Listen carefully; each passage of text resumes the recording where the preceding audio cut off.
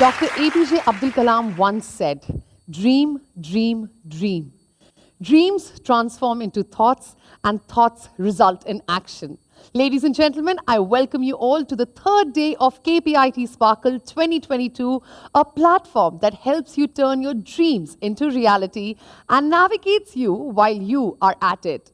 I'm fueled to the brim to begin this very excitable day, but before that, let me express my heartiest and warmest gratitude to our esteemed speakers, Dr. Unnat Pandit, Mr. Shobit Shotria, Mr. Rakesh Mehta, Dr. R. Shravanan, Ms. Millie Kapadia, and Mr. Saurabh Magulkar, who threw light on many conventional and non-conventional subjects and took us on a scholarly journey of tech talks and entrepreneurial education.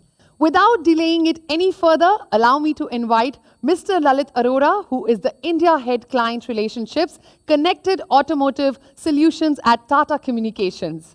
Mr. Arora's portfolio dazzles with a rich experience of over 17 years in the automotive industry and includes gigantic names such as KPIT, EC Mobility, Mahindra & Mahindra, and Tata Motors. Mr. Arora will tell us about the future of mobility today. Let's begin. On the onset, I would like to thank KPIT management for inviting Tata and myself for the Sparkle event and connecting with you on a very key aspect of connectivity, which is definitely of interest and importance to automotive world today. I'll be speaking about data, platforms, and connectivity, and how all these areas are definitely impacting the automotive world today and in future as well. Going forward, as you're aware that the four major trends which are defining automotive world, the vehicles are getting connected. Second, vehicles are becoming autonomous. Third, there's a larger play of shared mobility, which is getting today in the world. And fourth, electric, as you're aware, is growing and it's set to grow. And most of the vehicle fleets by 2030 are destined to be made electric. Now, how does connectivity play a role here? Now, if you look at key impacts, these four major trends bring to connectivity is that all these areas want the vehicle needs to be connected always. Second, there is a need to continuously add features. Why that is so? Because vehicles are becoming software driven, because of which there is definitely addition of features as we go and make a differentiating factor in the industry. Because as the vehicles are getting connected, there are a lot of hacking threats which come across due to the vehicle interacting with infrastructure and infrastructure interacting with the vehicles. There is always a need for software upgrades because people find that today what software exists in the vehicle, there can be certain improvements to enhance the feature sets or to reduce the recalls. So there is always a need of software upgrades, and connectivity plays a conduit to make it happen. Now, when you look at autonomous or electric, there are large amounts of data which is getting generated, but autonomous features and electric vehicles come into picture. The last point is, as the data is getting humongous, there are always lower latencies. The lower latencies, how does they impact? Low latencies make autonomous use cases much more relevant and seamless. If you look at the data, autonomous car will generate in future, it's about 4,000 gigabytes of data. And if you look at what the vehicles are generating today, is about 25 gigabytes of data. Now, this data definitely not in that form factor or in that ratio will get transmitted from car to the infrastructure but definitely a portion of this data, which will be important to drive key insights, will be transferred to the infrastructure and back to the vehicle in terms of key decision-making factors, which would be there. As I was speaking about, if you look at the vehicles of future, from hardware to software-defined vehicles, we are seeing this transition happening. And there are multiple use cases which are getting defined by this transition. There is infotainment in the vehicle, there is basic navigation, there are emergency calls, there is in-car Wi-Fi, which gives enhanced features to the passenger sitting in the car. There is telematics, there is parking assistance, where you want to find where the parking slot is available. Now, in this, the importance is that the infrastructure will talk to the vehicle and vehicle will talk to the infrastructure, which is a very key aspect of getting the key insights and connectivity playing a role there. There will be a key aspect of predictive maintenance when as the vehicles will generate data, the data gets to the infrastructure, which could be in the cloud, which will be managed either by OEMs or likes of Tata, and then giving key insights in terms of how the vehicle parts are performing. I mean, are there chances that in future certain parts will fail, and giving right insights to either to the maintenance shops or to the vehicle owners to take right time decisions. Insurance. If you look at insurance in the West, it is primarily driven by how a car driver is driving the car. In India, it's catching up, but the key aspect is while we are driving, the car gives us insights into how our driving performance is, and basis which the insurance premium is factored. SOTA, which is software over the air, as we were speaking, that as the vehicles are becoming more of software-defined vehicles, there is definitely a continuous change in the software features, removing the bugs which may have come while the vehicle is running. SOTA becomes a key aspect of connectivity for tomorrow, and then giving key insights on the analytics in terms of how all the areas, all the feature sets are performing, and where you can take right time decisions. Going forward, I would like to talk about, as we're talking about connectivity, and one more important vertical, which is telecom, how telecom is impacting the automotive world globally. If you look at the telecoms in the world today, it's a very fragmented industry. When I say fragmented, what does that mean? Every country has its own telecom operators. It is not standard. There are there are no operators which they exist across the world today. So when an OEM tries to go across its native boundaries, and either for production or for sales, it has to deal with telecom operators in each and every country where it intends to go. They're wearing regional regulations. So one has to look at individual country regulations so that the local compliances are met. And the other key aspect is pricing is also not very, very transparent. And the other key aspect which OEMs face today is the network quality. Even if you look at any country today, the network quality is not seamless across a particular region. There is fragmented technical integration and inconsistent operational interface. Now, these were the challenges when we looked at a few years back, and we sat down on a frame desk and tried to build what should be the future for this. then we came across that definitely there is a need for players who can connect the world seamlessly in terms of at least removing the hassle of anybody who is global or intends to go global in terms of talking to multiple players, in terms of efforts to negotiate pricing, in terms of network quality. So when we talk about network quality, a key aspect is uh, suppose, I mean, in a country, there are four uh, telecom operators.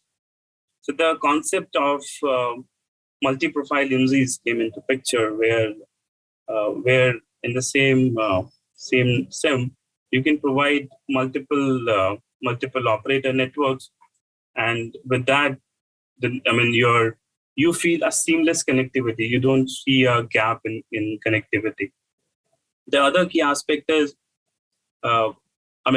today one operator is doing good in terms of its network, while tomorrow there is certain degradation in the service in certain areas. How do you deal with that? So a concept of having an infrastructure through which you can change the network operator remotely without even touching the vehicle is where the industry has been evolving and creating key differentiators in that area. We at Aracom, we have our own infrastructure globally where we are providing those facility where you can, if you want to change from operator A to operator B, that happens seamlessly and without any challenges. Going forward, now as I was talking about how did we evolve from a player which was providing pure play connectivity, and on that point, I would like to bring that to even today, Tatacom's sub-sea cable network, which is around 5 lakh kilometers, is providing 30% of world's internet.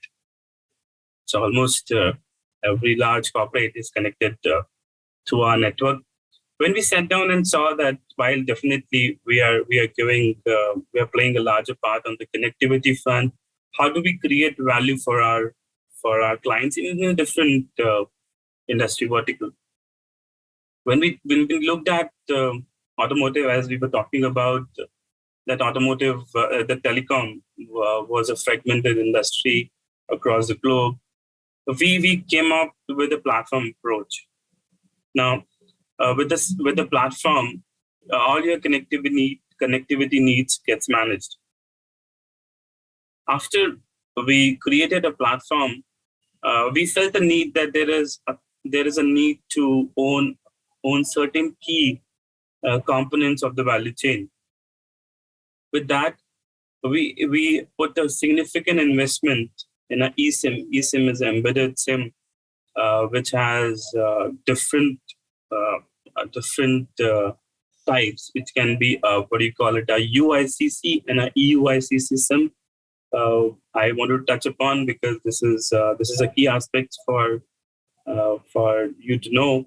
Is UICC is a proprietary solution where through your backend you can do and operate profile upgrades, while EUICC is GSMA certified solution where GSMA monitors and certifies your infrastructure and compliances, which makes it interoperable. Like, tomorrow you want to move from player A to player B to do your profile, which is an operator profile from operator A to operator B. You need not to depend on player one. Tomorrow you can easily switch to a player two.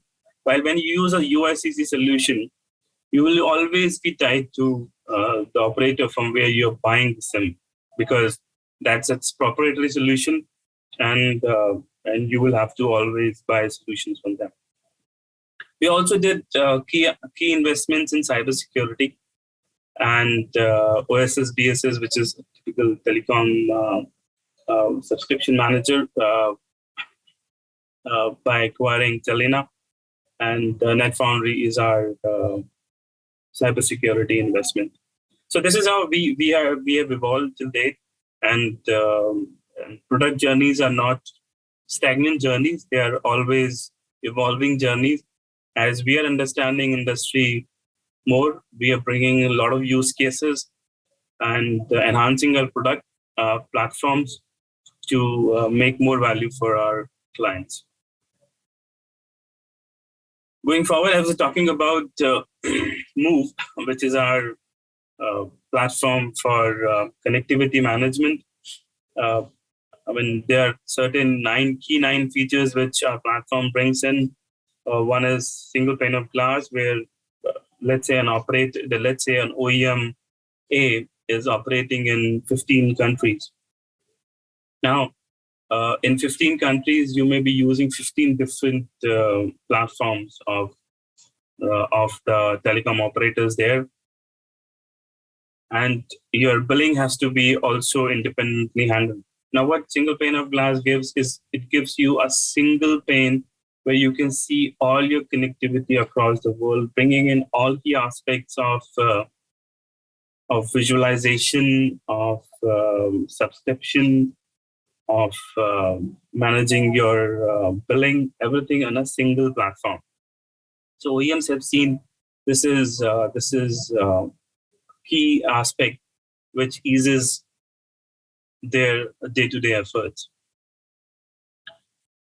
Then wherever we are present in around 200 countries, and we ensure that local compliances we are making, so that tomorrow any OEM who wants to work with us doesn't need to go and do country-specific compliances.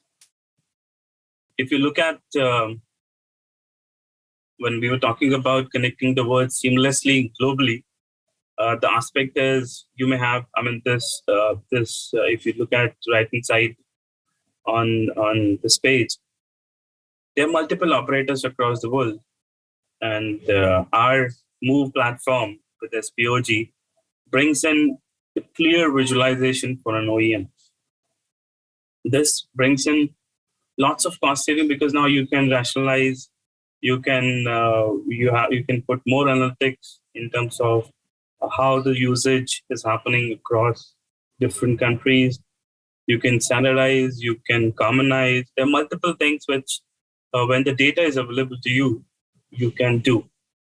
So that's the key value proposition which brings in, which Telecom brings in. And that's also key because as we go into the future where autonomous and electric vehicles will grow, the data needs will continuously grow and are growing today. So that visualization is very key for OEMs to optimize cost and to give better service to their clients. Moving forward, when we basis our experience over a few years, we have been into the Move platform implementation in the industry. There is data protection and data privacy, which is very key. The data storage, what we call it, in many countries, there are regulations that the data has to be stored in that particular country. Then in few clients, there was need of permanent roaming. Permanent roaming is since, when the boundaries are thin, a vehicle can go from country A to country B. Now, how does it impact? It impacts that when you go for local profiles, then when your country changes, your connectivity will cease. You feel that you're not seamlessly connected. With permanent roaming, what you see is that you're always connected. You go from country A to country B, the profile which is available in country B becomes available for you to use. Then regional breakout to the cloud. What does that mean? Regional deployment packets gateway for enhanced QoS. This is also very key aspects which we bring for the industry. Quality of service. What quality of service definitely means. Now, actually, what you're buying here, one, you're buying a platform. Second, you're buying connectivity. Right? And when you're buying connectivity, you want to understand what I'm buying, how it is performing. I mean, how it is performing in sense when I'm using connectivities for a particular region, right? How the connectivity is available to me at what is the time, how many time you cease to get connectivity, because why it is so important. It is so important because as an OEM, if I have to do say a SOTA update for my vehicle, now how the SOTA updates are happening today is that you push on the SOTA updates, vehicle is available, or somebody goes, you use your dealerships to make the vehicle on, and then if the network goes off, then your SOTA upgrades are stopped in between. You have to rerun the complete cycle again. Now, with QoS, the important QoS and our infrastructure, what we do is that we give key insights in terms of how the network has been behaving in that area for certain time. So building a key intelligence layer, which will give insights in terms of what is the best and appropriate time to run a OTA upgrade. Means it will give you for this area, this is the best window available to run a software upgrade, software firmware upgrade. Now it helps OEMs to save costs because uh, in certain countries the connectivity costs are low. In certain countries, connectivity costs are not that low. But when autonomous electric vehicles see a large implementation, which is just starting today, the cost of repeated SOTA searches and upgrades will be quite significant, and there the OEMs will be able to save a lot of cost, which is not beneficial to anybody. It's like it's like a cost lost in the transaction. It's a money lost in transaction. So that's one key area which we bring in, and definitely improvements, enhancements of the solutions are a continuous part of our working. I was talking about SOTA enablement for vehicle software upgrades. So if you look at how from the vehicle to the cloud, how does Tatacom comes in picture? So there may be a campaign manager, and we bring three key components. One is SOTA enablement intelligent layer. We have our global content delivery networks. They are point of presence in multiple locations. What they do is for any upgrade of software, the content is sitting very near to the point where it has to be flashed. It saves time. It increases the hit rate. And third is secure transmission from the vehicle to the backend, from where the software has to be pushed. Software upgrade has to be pushed. It gives a zero trust network for this to happen. That brings a very key area for OEMs because while certain OEMs have focused on this area, definitely, but we as an organization having expertise in this area, the intelligent layer which we bring in enhances the value. Going forward, I would also like to touch upon a key area which is of importance in near term and long term is 5G. When we talk about mobile edge, what does that mean? So when you look at embedded devices, like you would like to keep on adding features to your embedded device, and you want to do analytics there on the device. Now, what does that mean? Every time you have to bring in a new feature set, you have to test the device in terms of how the software performance has been. There may be impact on hardware. So when you talk about embedded device, the time to scale is pretty high. The investment is also very high because the hardware changes, the interdependent component changes, the testing time is pretty high. When we talk about far edge, which is the edge setting at multiple locations, it can be in factory, near edge, could be malls, buildings, or far edge, which can be on the cloud.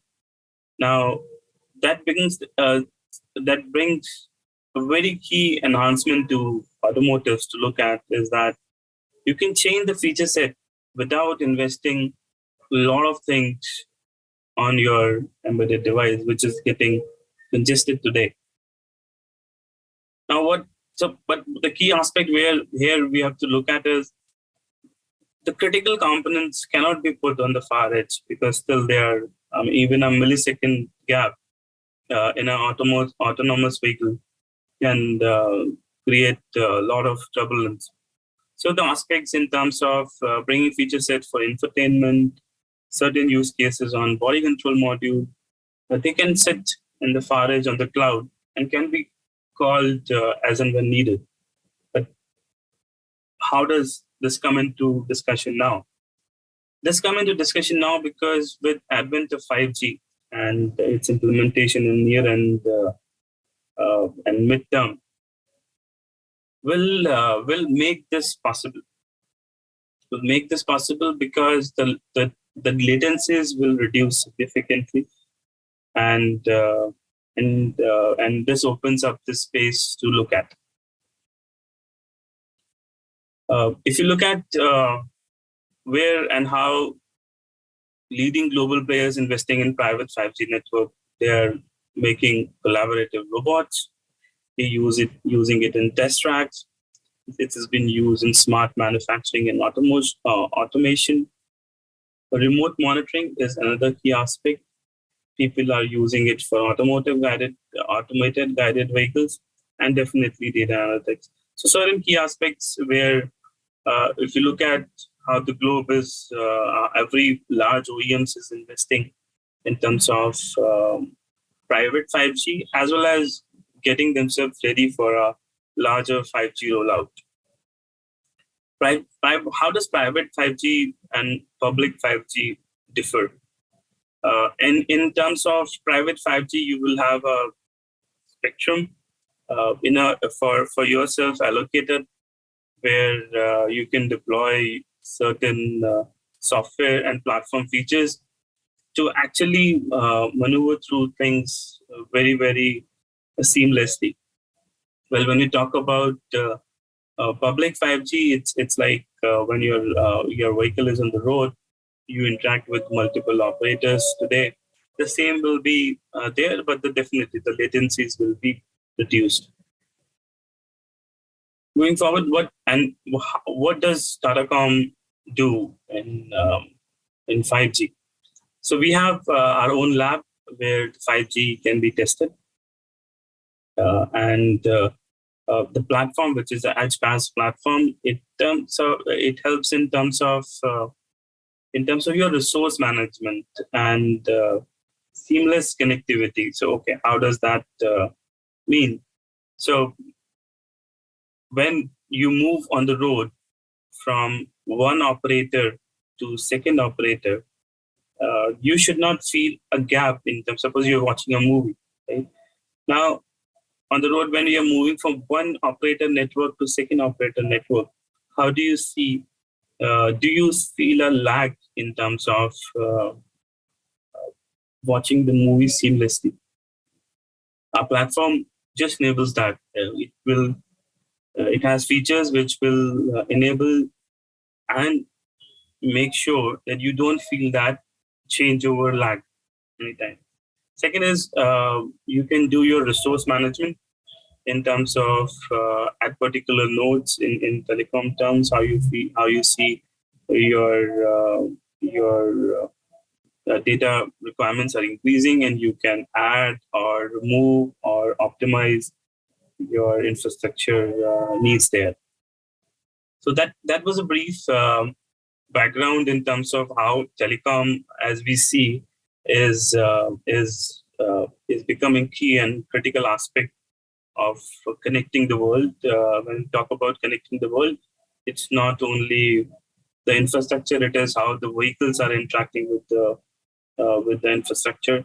And on that note, I look forward to having your questions and thoughts. Thank you so much. Thank you, Mr. Arora, for sharing a piece of your wisdom with us. Next up in the line is Mr. Raghu Muttige, Managing Director and Head of Dana India Technical Center. Mr. Muttige earned a bachelor's degree in Industrial Production Engineering from Mysore University and completed the prestigious Visionary Leader for Manufacturing program conducted by Confederation of India Industry and GICA, as well as the High Performance Leadership program from the University of Oxford Said Business School. He began his Dana career in 1997 as an application engineering manager at Spicer India and subsequently relocated to Fort Wayne, Indiana, USA to work as an international application engineer for Axles supporting Dana India. Today, Raghu will educate us about the mobility industry. So, let's invite him. Let me introduce myself and my company as well. My name is Raghu Muttige, and I am heading Dana India Technical Center as Managing Director. DITC is a fully owned subsidiary of Dana Corporation USA and is located in Hinjewadi, Pune. We have an R&D setup. Our strength is around 210 engineers plus support staff, and then many other things which is going on in the DITC. While we continue to support the traditional products, that is axles, drive shafts, transmissions, and sealing products, our major growth focus is embedded software and electrification. As we are expanding our electrification capability through our motor and motor controller manufacturing and related services.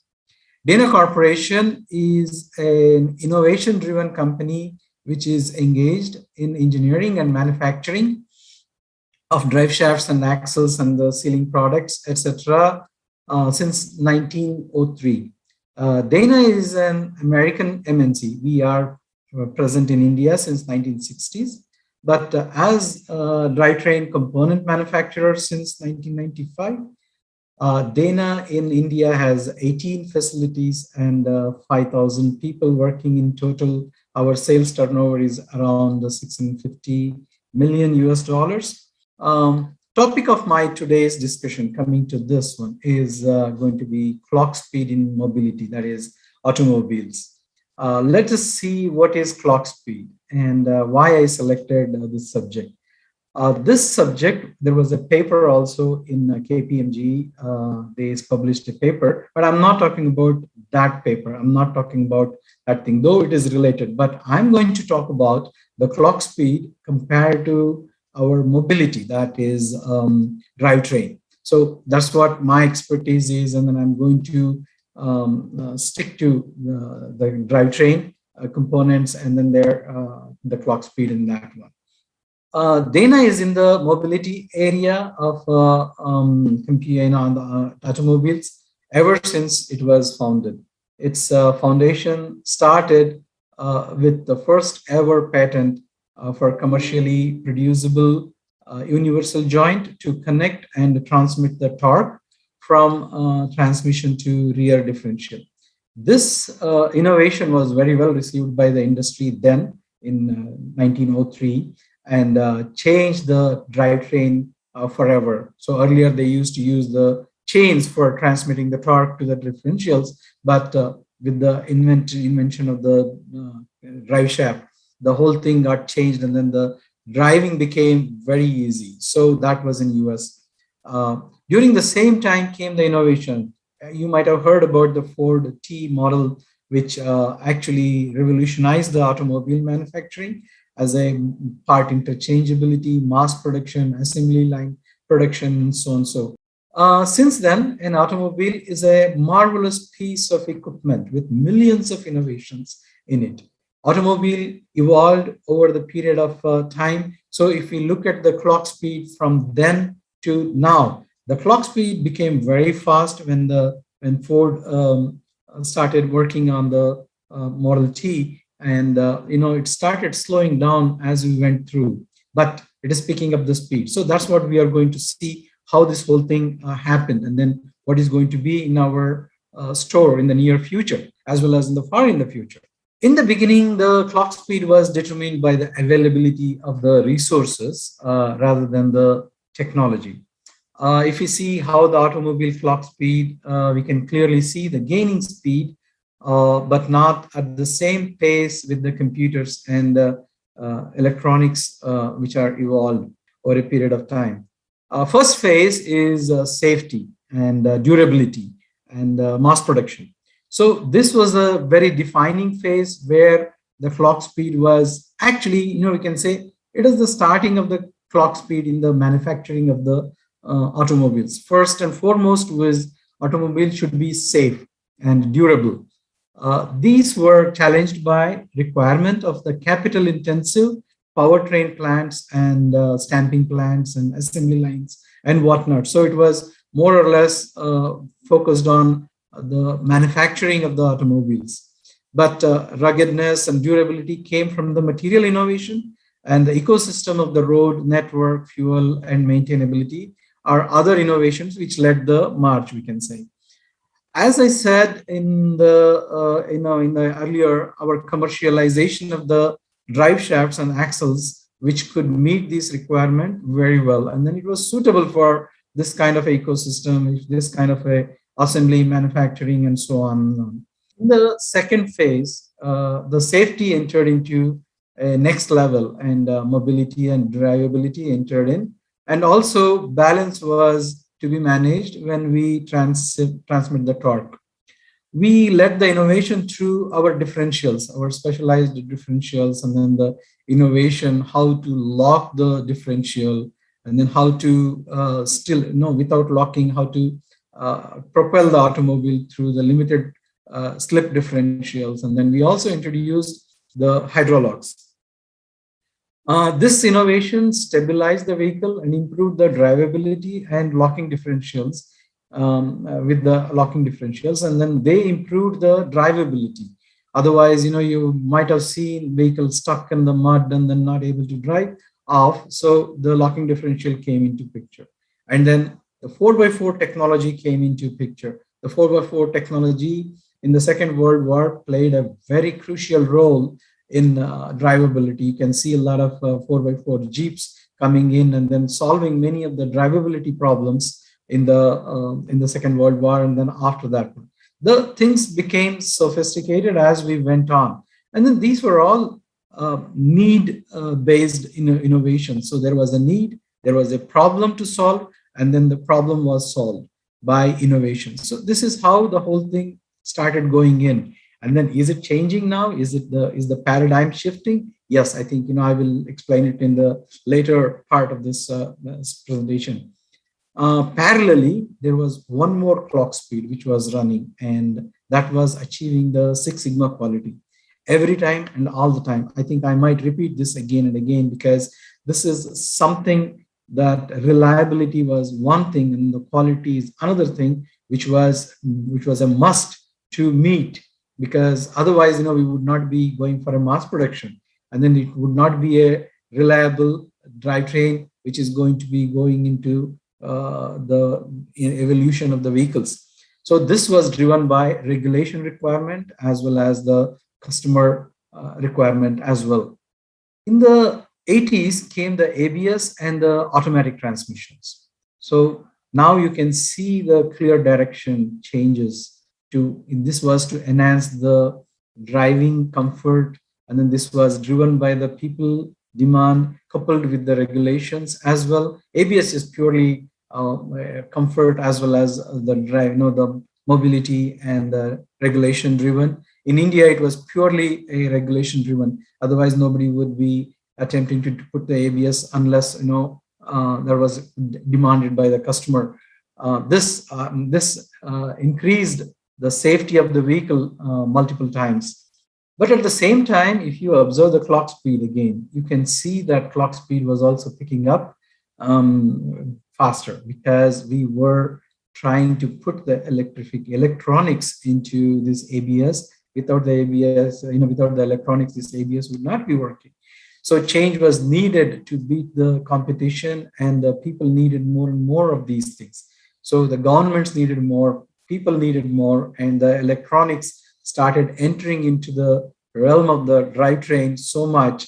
And then the automatic transmissions made it compulsory to get the electronics into the play, and the computers started coming in, the controllers started coming in, and then we needed to do more of these things.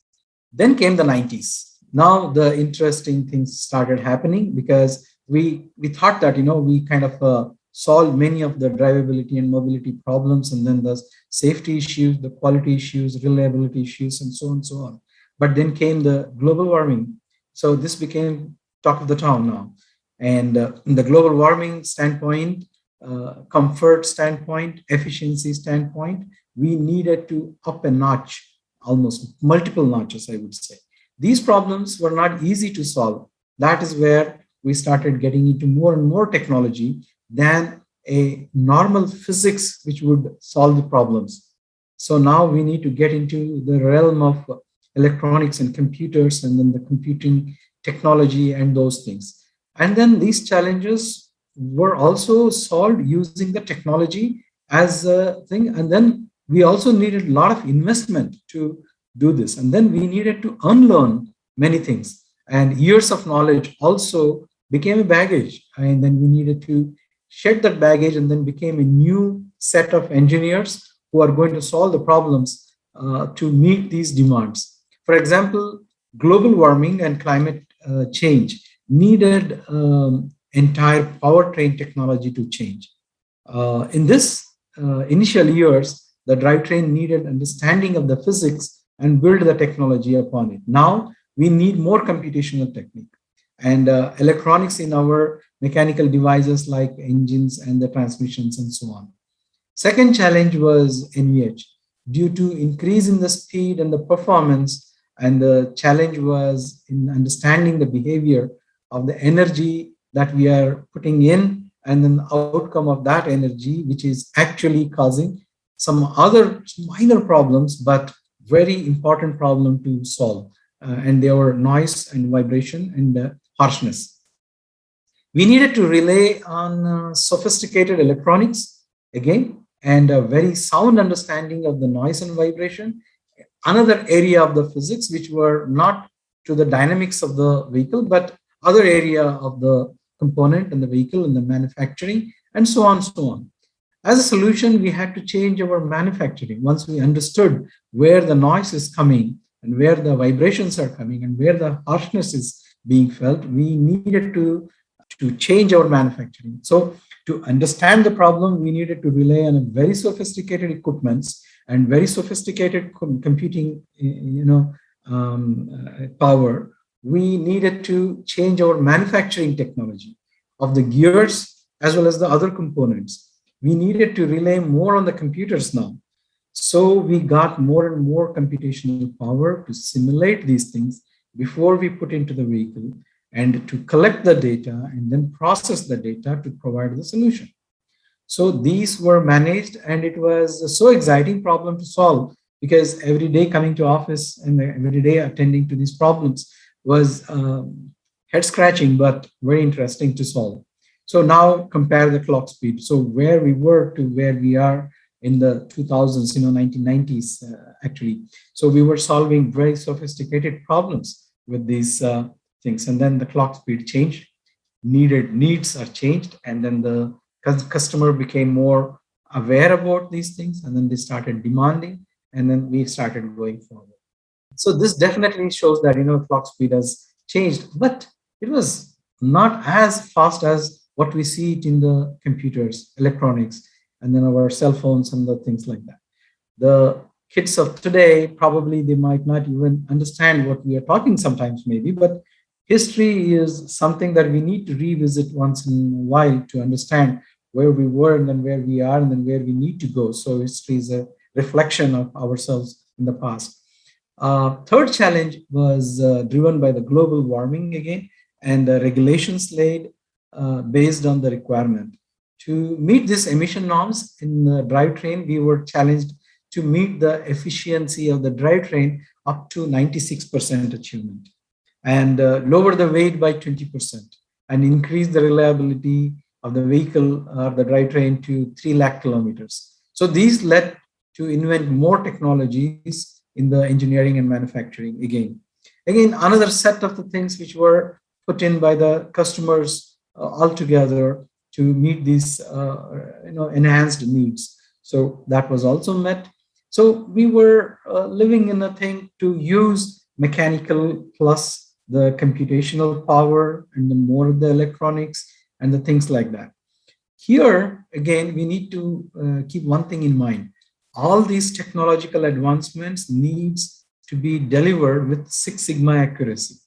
So that means the new paradigm of the quality which was setting in, which was pushed by the customer as well as the regulation again. We needed to match two clock speeds now. So one was to meeting the Six Sigma accuracy in quality. The other one was comfort, durability, safety, and whatnot, when the vehicle was running. So all these things put together, they got amalgamated at one point of time to meet these things. Let's see now what happens. Now we stand at the crossroads. If you see the winds blowing, we can see definitely it appears like we are up for a total change, a big one. The reasons are, first major requirement is the clean mobility, right? I mean zero emission. The second is safety, and third is growing technological advent. I think, let me go one by one over here. Clean mobility is being addressed through BEV, that is battery powered electric vehicles, our hydrogen fuel cells, our ethanol, etc. This itself is a big change, major change. This itself makes us to unlearn many of the things what we learned in the powertrain. So if the engine is going to go away, the major part of the aggregate engine is going to go away, and then that place is taken over by the motor. So we need to unlearn so many things what we learned. So all that thing is going to be dumped, and then the new things is going to come in soon. Yes. And powertrain is the one which is actually being affected, as I said. More than 50% of the parts are going to change now. So this itself, the technological leap to manage the batteries, and then to manage the range, and manage the motor, and manage the electronics associated with that one, the whole thing is going to change. So this needs a different kind of a clock speed.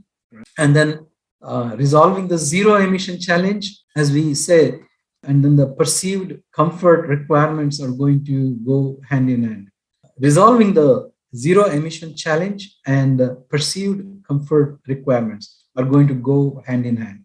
So now we need to face three clock speeds, maybe. Mechanical requirements are still to be addressed as usual. Powertrain, second one is powertrain management, that is electrification for BEV and fuel cell and ethanol. And the third thing is Six Sigma quality and functional safety of mechanical, electrical, electronics, and software must be maintained. So this challenge throws many of the opportunity for innovation and new spaces in technology. So how we are dealing it with this, how we as a Dana, as a company, how we are dealing it with dealing with this one is we are, of course, the mechanical requirements are over 100 years period. We learned a lot how to handle the NVH problems, how to be more accurate, how to be durable, how to be safety oriented and all that thing. Yes, we got these things clear. We learned it, and then we are going to use it as we go on. And then the powertrain management, and that is the electrification. So we got into the electrification as early as possible, and then we kind of acquired some of the motor companies and then the control companies, and then we are growing in that one, and then we are growing our competencies and things like that, and then we are capable of integrating the electric vehicles and then give you the things. Ethanol, yes, we are not touching that one, and then it's not our thing, but for those kind of things, we have the traditional products. Our drive shaft and axles and differentials, etc., are going to take care of that one. Six Sigma quality, and then this is the area which we have been practicing it in the mechanical. Now we need to go deeper into the functional safety and set up the quality, and these are all evolving. Functional safety area is evolving as we say, as we talk, and then we are mastering that one as we go into these things, and then managing all these things and holding all these things in one thread is another thing that we are practicing it, and then we are going ahead. This is very challenging. We need more people, we need more technology, and so on. But I'm not going to stop it over here, because this is not going to stop here. With this, the clock speed is almost going with the speed of the electronics now, right? The clock speed which we talked about, the electronics and the mobiles, if you take the mobile phones, the clock speed has changed, and every quarter it changes. So if you compare that one, we are going to catch up. Yes, we need to catch up, because we are using the electronics, we are using the computers. So there are many questions which needs to be resolved right now. So the questions like, are we going to have the computers riding on the four wheels in the name of the automobiles? Of course, yes. It's almost being like that. So it is a sophisticated computer riding on four wheels and then managing your ride. Yes, that is correct. And we are the automobile engineers. Are we going to be ready for this change? But there's no option but to change. So we need to evolve ourselves, probably convert your engineers to the mechatronics, embedded software, and computers, and then the fuel cell managers, and so many things. So many opportunities are coming up. So many new areas are opening up, along with the mechanical things. Yes, we need more people now. And if we closely observe all this happening, we can't solve all these problems, and we need to collaborate. That's what is coming up so much, in my experience. We can't solve all this. Mechanical engineers are going to be mechanical engineers. They can evolve. They can get suited to the new evolving conditions. But the thing is, we are going to need more people. We cannot solve, the mechanical engineers may not be able to solve the electronic problems or the electrical problems or the computational problems. We need more kind of people now again, right? So who are going to be our partners then? So non-conventional innovators and startups are going to take place, I guess. Tech giants are going to get in, I guess, yes. Time and again, we have seen the agility of the startups are more than big corporations, right? So they can do much more faster the things, and then their smaller group can achieve more technological advancement rather than the big corporation. So I think I must be addressing the students and then who are participating in this event. I think I'm very, very happy that the people like you, the students like you, are coming out and then participating with so much of enthusiasm. I guess I gone through some of the events like this, which I can see the energy of the young people who can bring it, and then their new ideas which can change the world. I mean, I would suggest that, don't think that, your IDC ideas are small. Those ideas start as small and then can change the world. Believe in yourself. And then I've been visiting the incubators like how in COEP and then SIGN in IIT. We have been helping the entrepreneurs who are having a wonderful idea, and then they get into these incubations, and then we help them too over there. We through our CSR, we help them, and we are very glad that we have contributed our part to 8 such projects, and then we'll continue to do that. That's our motto, and then that's our energy which we are going to put in it. Not only that, If you want to talk to any of our people in our R&D center, they are readily available to you to mentor if you have an idea. And then we can take care of that one. As well as we can also address you to these incubators where they can take up your idea and then grow it. Even if you don't win, if you feel that your ideas are great, you can improvise on that one. So still you can take them up there, and then we are there. From there we can help you out. All the best. And then I like the enthusiasm that you guys are going through, and then I like that energy that you can put in it. Thank you very much. And then all the best for your competition, and then go and win. Okay. Go and get established in the world with your ideas. Your ideas matter to the world. Thank you very much. Thank you, Mr. Raghu, for your sincere interest in enlightening us. Ladies and gentlemen, moving forward, I'd like to welcome Nakul Navarange to share his views about the role of 5G speeds in accelerating mobility.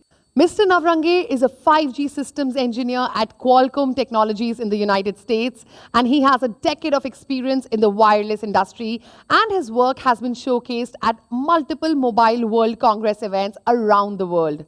Nakul holds a master's degree in electrical engineering and is a former recipient of the Government of India's National Talent Search Scholarship. So, what's the wait for? Let's invite him.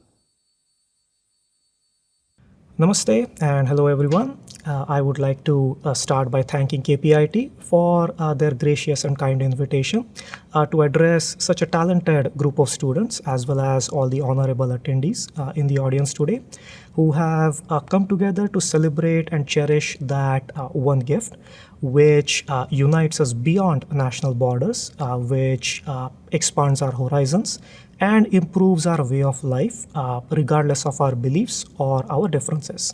That gift of modern technology.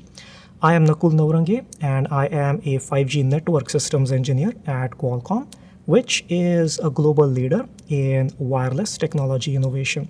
In my role at Qualcomm, I get to witness firsthand evolution of some of the wireless technologies and all their cutting-edge applications that have the potential of improving our daily lives.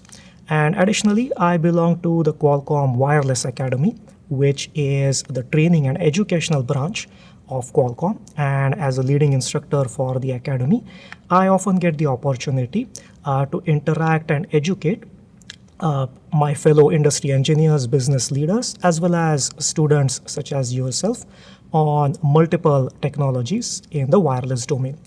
And one wireless technology that has undoubtedly captured the public's attention these days is 5G, which is the 5th generation of cellular communication. It is a technology that has rightfully gotten everyone excited with its potential and all the ways in which it can revolutionize our daily life. But while it is an exciting technology and people would like to learn more about it, very little is available out there that can help all of us understand what 5G is in a very simple language that you and I can understand. And that is exactly what brings me here today. I am here to help you take your first look at 5G, help you understand right from the basics what 5G is, why we need it, how it works at a high level, and what are some of its unique and groundbreaking applications that are going to revolutionize pretty much every aspect of the life as we know it. I am excited to talk to you. I hope you are as well. With that, let's get started.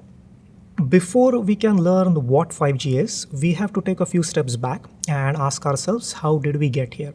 And that brings us to the very first generation of cellular communications, now known as 1G, that was introduced back in the 1970s and 80s. Its fundamental motivation was to allow people to make and receive voice calls no matter where they were in the city. And that is what made communications truly wireless and mobile. That was the USP of the first generation of cellular communications. Then came the second generation, wherein the focus was still on facilitating voice services, but those services carried your voice in digital format because it had several undeniable benefits in terms of voice quality as well as efficiency and capacity. But nonetheless, focus was still on voice services, although other ancillary services such as SMS or text messaging were also introduced at this point. The first generation that truly allowed you to browse internet on your phone was the third generation introduced earlier in this century. And that generation or that technology allowed you to access data connection, so to speak, at the capacity of about few Mbps. So this was the generation 3G that truly put internet in your palm, so to speak, by giving you access to many of the services that wouldn't otherwise be accessible in a mobile environment. However, the bit rates at that time were limited to a few Mbps. That changed with the advent of 4G, which fundamentally redesigned the cellular network and the cellular concept. And as a result of those redesigned decisions, the throughput that the users were able to achieve in 4G went dramatically up on the order of a few hundred Mbps and sometimes even more than 1 gigabits per second. And coupled with the innovation of smartphone, 4G and smartphone combination, as we know, acted as a game changer. So 4G, also known as LT, not just increased the accessible throughput, but on the account of that increased throughput, it greatly expanded the cellular ecosystem to beyond just the phones. We were now able to access data connection on tablet as well as some of our everyday devices such as fitness trackers, smart home devices, etc. And thankfully, that ecosystem expansion trend has continued to this day. In that, we have many more devices than we had 10 years ago that are looking for data or internet connectivity over a cellular connection. We have millions upon millions of fitness trackers, smart home devices, security cameras at our home. Industries have thousands of sensors, robotic arms, etc. So in this way, ecosystem is greatly expanding. And this expanding ecosystem begs us to ask one fundamental question. Are the legacy technologies such as 4G or Wi-Fi enough to meet the requirements of these expanding ecosystems? Even if they are able to meet those requirements today, will they be able to meet those requirements tomorrow and 10 years from now? That is the question that we need to answer before we can convince ourselves that we indeed need the next generation of cellular communication, which is 5G. So let's take some time to answer that question as to whether we need something beyond 4G or legacy technologies and why. And if you eyeball this slide for a minute and try to compare your experience from 10 years ago to today, I'm pretty certain that you'll be able to arrive at the right answer yourselves. In that, these days, we expect ourselves to be able to utilize our video and photo apps pretty much anywhere we are. Furthermore, individual users are generating rich multimedia content and uploading them to the internet. We also expect us to be able to access our cellular services in congested environments such as a cricket game or a football game. And even if we are on a high-speed vehicle such as a high-speed train or a high-speed car, we expect that we will have access to internet and the related services. With the advent of work from home, we increasingly rely on ubiquitous connectivity to our cloud computing servers so that we can access our files, documents, etc. pretty much no matter where we are and no matter the time of the day. Immersive experiences such as virtual reality are becoming more and more commonplace in the entertainment and personal spaces. And experiences such as augmented reality are becoming more and more indispensable in the scientific and research community. And in a matter of a few years, most of us will be riding autonomous cars that will heavily rely on reliable and high-speed connectivity in order to navigate on the roads on their own. And all of these use cases that 10 years ago may have sounded very hypothetical or theoretical, all of these use cases are now pretty much imminent. And that is what requires us to design a network that can help us provide ultra high speeds and network capacity extremely low lag or latency or packet delay for real-time and interactive applications, networks that are able to handle all of these diverse services under one umbrella, and in short, networks that are able to connect everyone and everything. And if you look under the surface, the answer will be pretty clear and quick that none of the legacy technologies, including Wi-Fi, have the capability to meet these requirements today and continue meeting those 5 and 10 years from now. And that is the fundamental reason why we need a new technology beyond 4G, a technology that is essential to provide all these next generation mobile experiences, the technology that we have come to know as 5G. Now that we have seen what are some of the expectations of 5G at a qualitative level, let's try to look at some of the quantitative capabilities that 5G has been designed for. And the fundamental principle here is that 5G is expected to offer us not just linear or incremental enhancements like 5 or 10%, but enhancements on the order of magnitude such as 5x, 10x, 50x, or even 100x. What are some of the important metrics that we should be looking at? Well, first of all is the speed or throughput, also known as data rate. 5G is designed to give us fiber-like speeds, i.e. multi-Gbps peak data rates, not just for download, but for upload as well. Latency, i.e. the delay or the time that it takes for your packet to be delivered to you, is another important metric. And 5G has been designed to give you latency that is or could be as low as 1 millisecond or even lower, thus facilitating services of interactive content that require reduced buffering and reduced lag. But as important as throughput and latency, 5G is designed to provide that experience in a uniform manner. It would be easy to provide gigabits per second in the best network conditions, but 5G is designed so that it can meet those user experience requirements, or some of those at least, even in the most challenging environments. For example, even the first generation of 5G is capable of giving you more than 100 Mbps, even in some of those challenging conditions.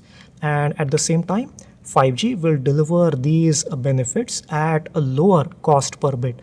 In that, the network operators would have to spend less money per bit that is delivered to you, and as such, those savings have the potential of getting passed on to end users like you and I, thus making 5G service affordable, even though it has enormous benefits as compared to the legacy technologies.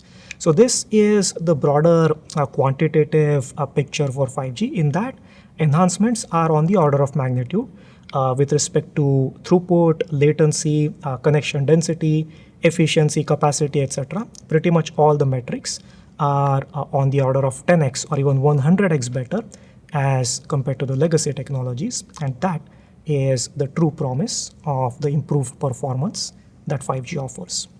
The knowledge of what kind of performance 5G is going to offer, along with the knowledge about different applications that it might need to enable, brings us to the concept that is known as a service class. And a service class essentially is a broad category, an umbrella so to speak, under which you can categorize different applications. And all those applications, although they are different in nature, they have certain high-level attributes and requirements common with each other, and that is what enables us to group those together and at least look at those qualitatively as belonging to one service class. So that is the definition of service class. And 5G at a high level introduces three main service classes. The first one is EMBB, or Enhanced Mobile Broadband. Simply put, it is further high-speed internet, and as such, the emphasis of all the applications that fall under this umbrella is on higher speeds or throughput, and hence higher operating efficiency.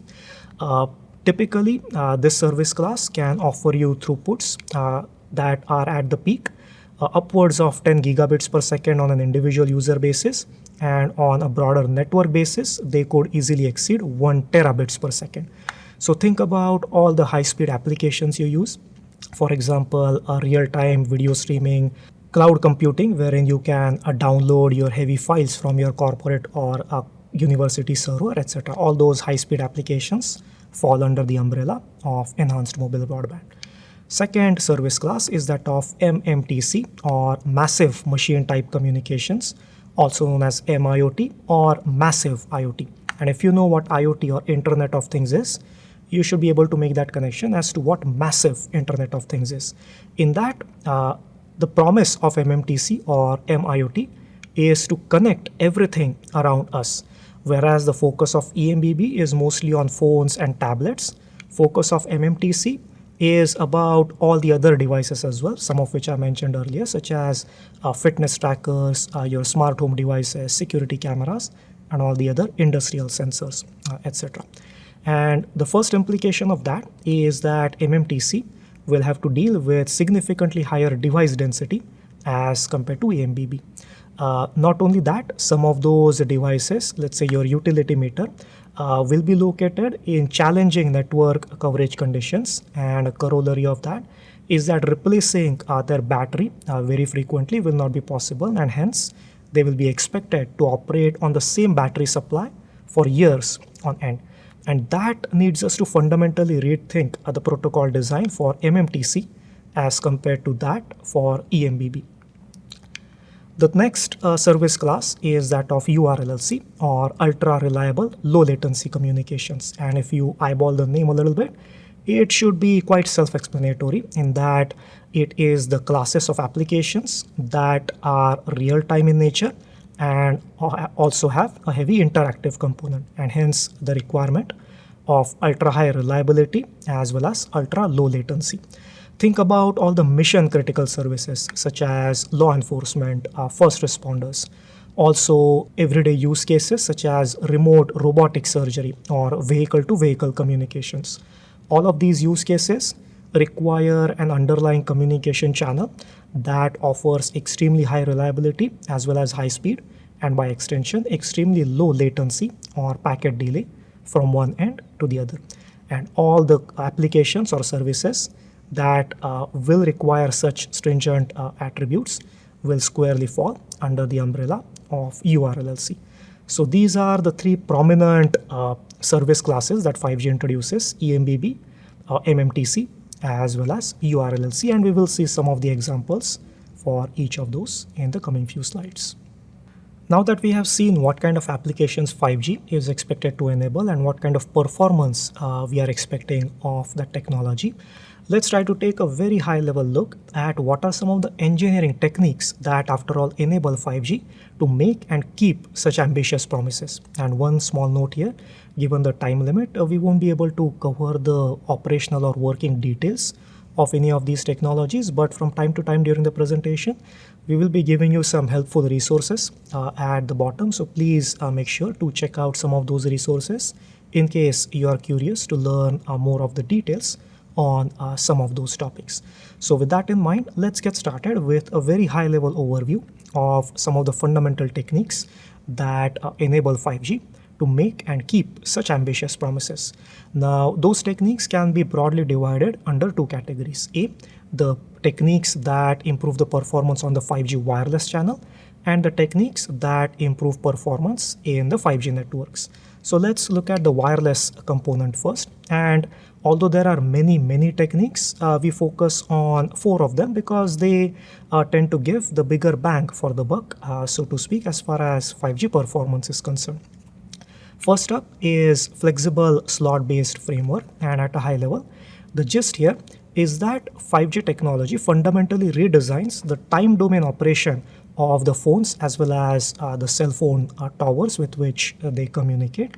And because of that fundamental redesign, the system is able to complete some of its fundamental wireless communication responsibilities in a more flexible manner, and not only that, significantly quickly as compared to legacy technologies such as Wi-Fi. And that is what helps reduce the end-to-end communication latency on the order that we saw earlier.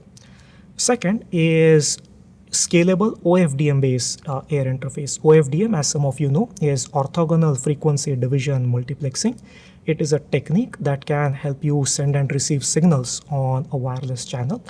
And on account of some of the fundamental benefits of OFDM, such as a higher spectral efficiency and reduced potential for inter-carrier interference, those are some of the factors that anyways improve 5G performance. But in addition to that, OFDM allows deployment of diverse services in equally diverse frequency spectrum ranges that may be available for 5G. And as we saw earlier about the diversity of different services that 5G is expected to enable, OFDM is a fundamental wireless communication feature that helps 5G networks accomplish the same. Next up is advanced channel coding. Now, whenever you send some data on a wireless channel, it undergoes certain impediments by the channel, and as such that encounters certain errors in transmission. And channel coding is what protects your data from those errors. And on account of the advanced channel coding algorithms used by 5G, such as polar codes or LDPC, 5G is able to protect multiple gigabits per second worth of data streams more efficiently than any of other legacy technologies. And that is another fundamental reason what enables 5G to provide multi-Gbps worth of reliable and instantaneous data connectivity. Lastly, that brings us to massive MIMO. Some of you may know what MIMO is, but let's start from the basics. We all know that both our phones as well as the cell phone towers with which we communicate have antennas. Traditionally, they would have maybe 4 antennas, but nothing stops the base station or the cell phone tower from having 100, 200 or even 500 antennas. And as a result of more antennas, it turns out that the principles of wireless communications, when used carefully, allow us to increase the network's wireless coverage as well as its wireless channel capacity if we carefully use the principles of MIMO by utilizing not just 4 but 100, 200 or 500 antennas. And that is the basic premise of massive MIMO. And these are some of the fundamental techniques that can help us improve performance on the 5G wireless channel. There are similar techniques that can help us improve performance in the 5G network. First of them is network slicing. And although the actual concept gets a little complex, here is how we can simply understand that.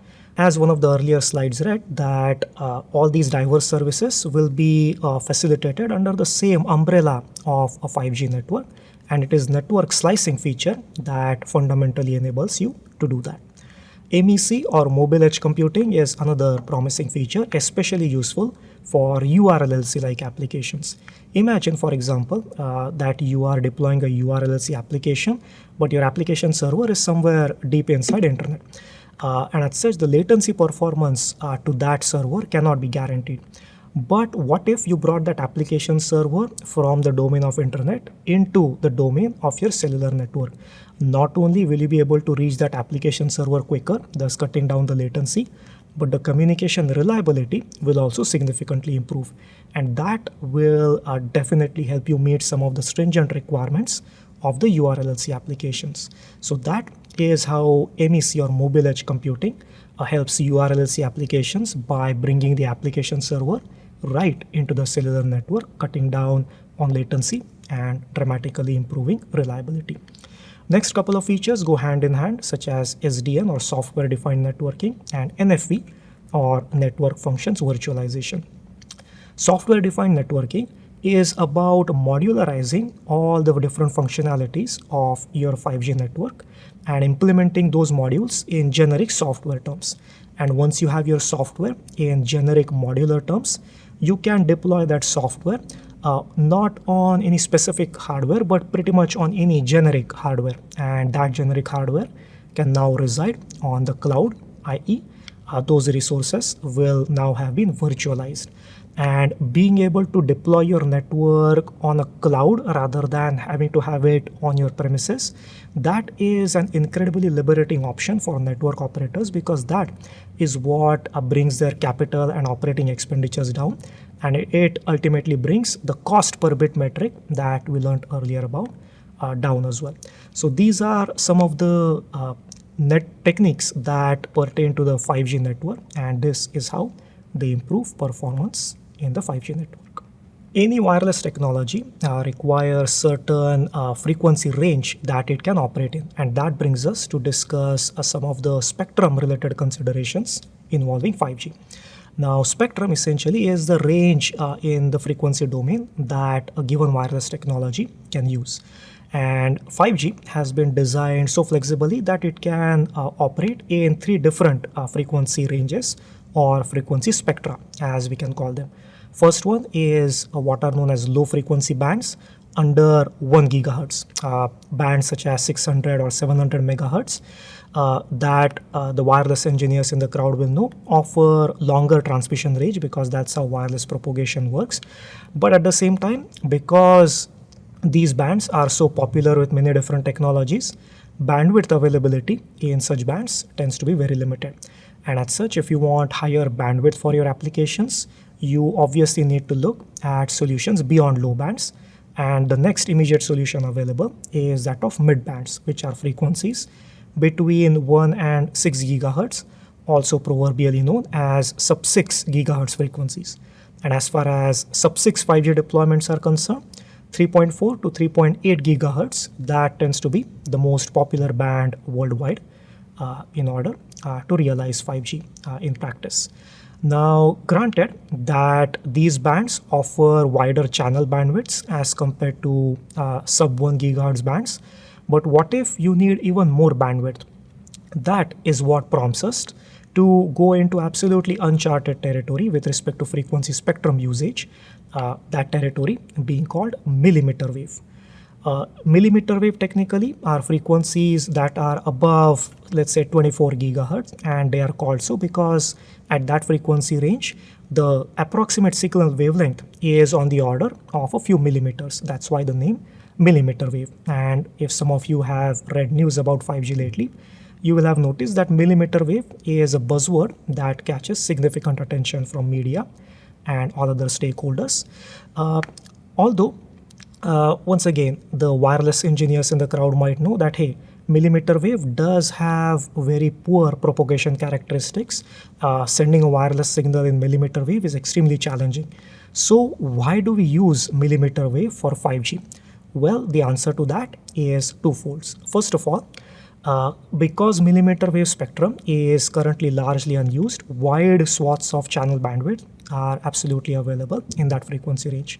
And that means your 5G system can work with ample spectrum if it is deployed in a millimeter wave band. Not just that, the way radio propagation works, higher the frequency of operation, smaller the individual antennas, and hence you can fit more of those on your cell phone tower. And once you have more antennas, we go back to the paradigm of massive MIMO, as we discussed earlier. And massive MIMO allows you to work with significantly higher transmission gain as well as transmission directivity. Both of those lead directly to better signaling efficiency, and that leads to higher data capacity.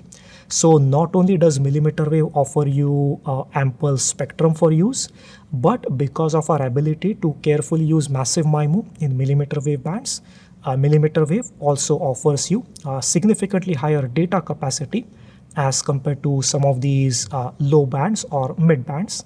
And those are, among others, some of the predominant reasons why millimeter wave implementation of 5G is getting as much attention as you rightfully see it getting.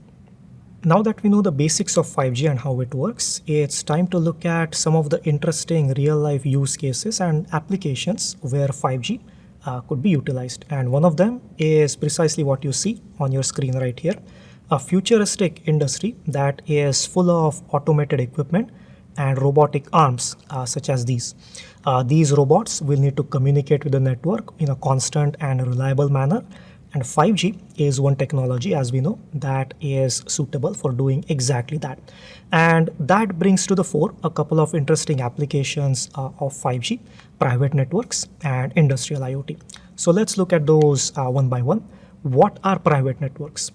Private networks are dedicated networks that are designed and deployed for the use of a single enterprise for their specific operational requirements. And by definition, private networks are designed and deployed in a highly customized manner, as opposed to the regular networks that we use every day, our phones and tablets, the networks that they use every day, networks that belong to the cellular network operator. Those are called a public network. And as you know, there is very little scope for customization for your needs in public networks. But 5G private networks step in exactly that gap, and they offer multiple enormous benefits over public networks with respect to their design as well as their performance in terms of latency, throughput, reliability, availability, etc. And that is one of the fundamental reasons why 5G private networks are gaining more and more steam in some of these futuristic industrial scenarios, which in an umbrella term are called industrial IoT or IIoT. So what is IIoT exactly? Well, technically it is the fourth step in the industrial revolution. The first one was mechanization, then came electrification, then digitization, and industrial IoT is considered to be the fourth step in that industrial revolution. In an industrial IoT like paradigm, also known as factory of the future, we can already see that it will have typically thousands of sensors and a broad array of automated equipment such as a security or monitoring camera, robotic equipment, automated guided vehicle, etc. And all these equipment will need to communicate with the network in a reliable and fast manner, and that is where 5G steps in, because connectivity is the cornerstone of industrial IoT. All of these sensors will need that reliable communication link, and that is what makes connectivity the fundamental requirement of industrial IoT. And with high speed, low latency, reliable and secure communication, 5G is precisely poised to take Industry 4.0 or IIoT or factory of the future, as it is also known, to the next level. An interesting application where different attributes, features, and service classes of 5G come together in a symbiotic manner is what is known as CV2X or cellular vehicle to everything communication. What is this everything? Well, this graphic shows us exactly that. A vehicle could communicate with another vehicle in order to avoid collision and impart other safety measures. That vehicle can also communicate with pedestrians or bicyclists on the street for their own safety.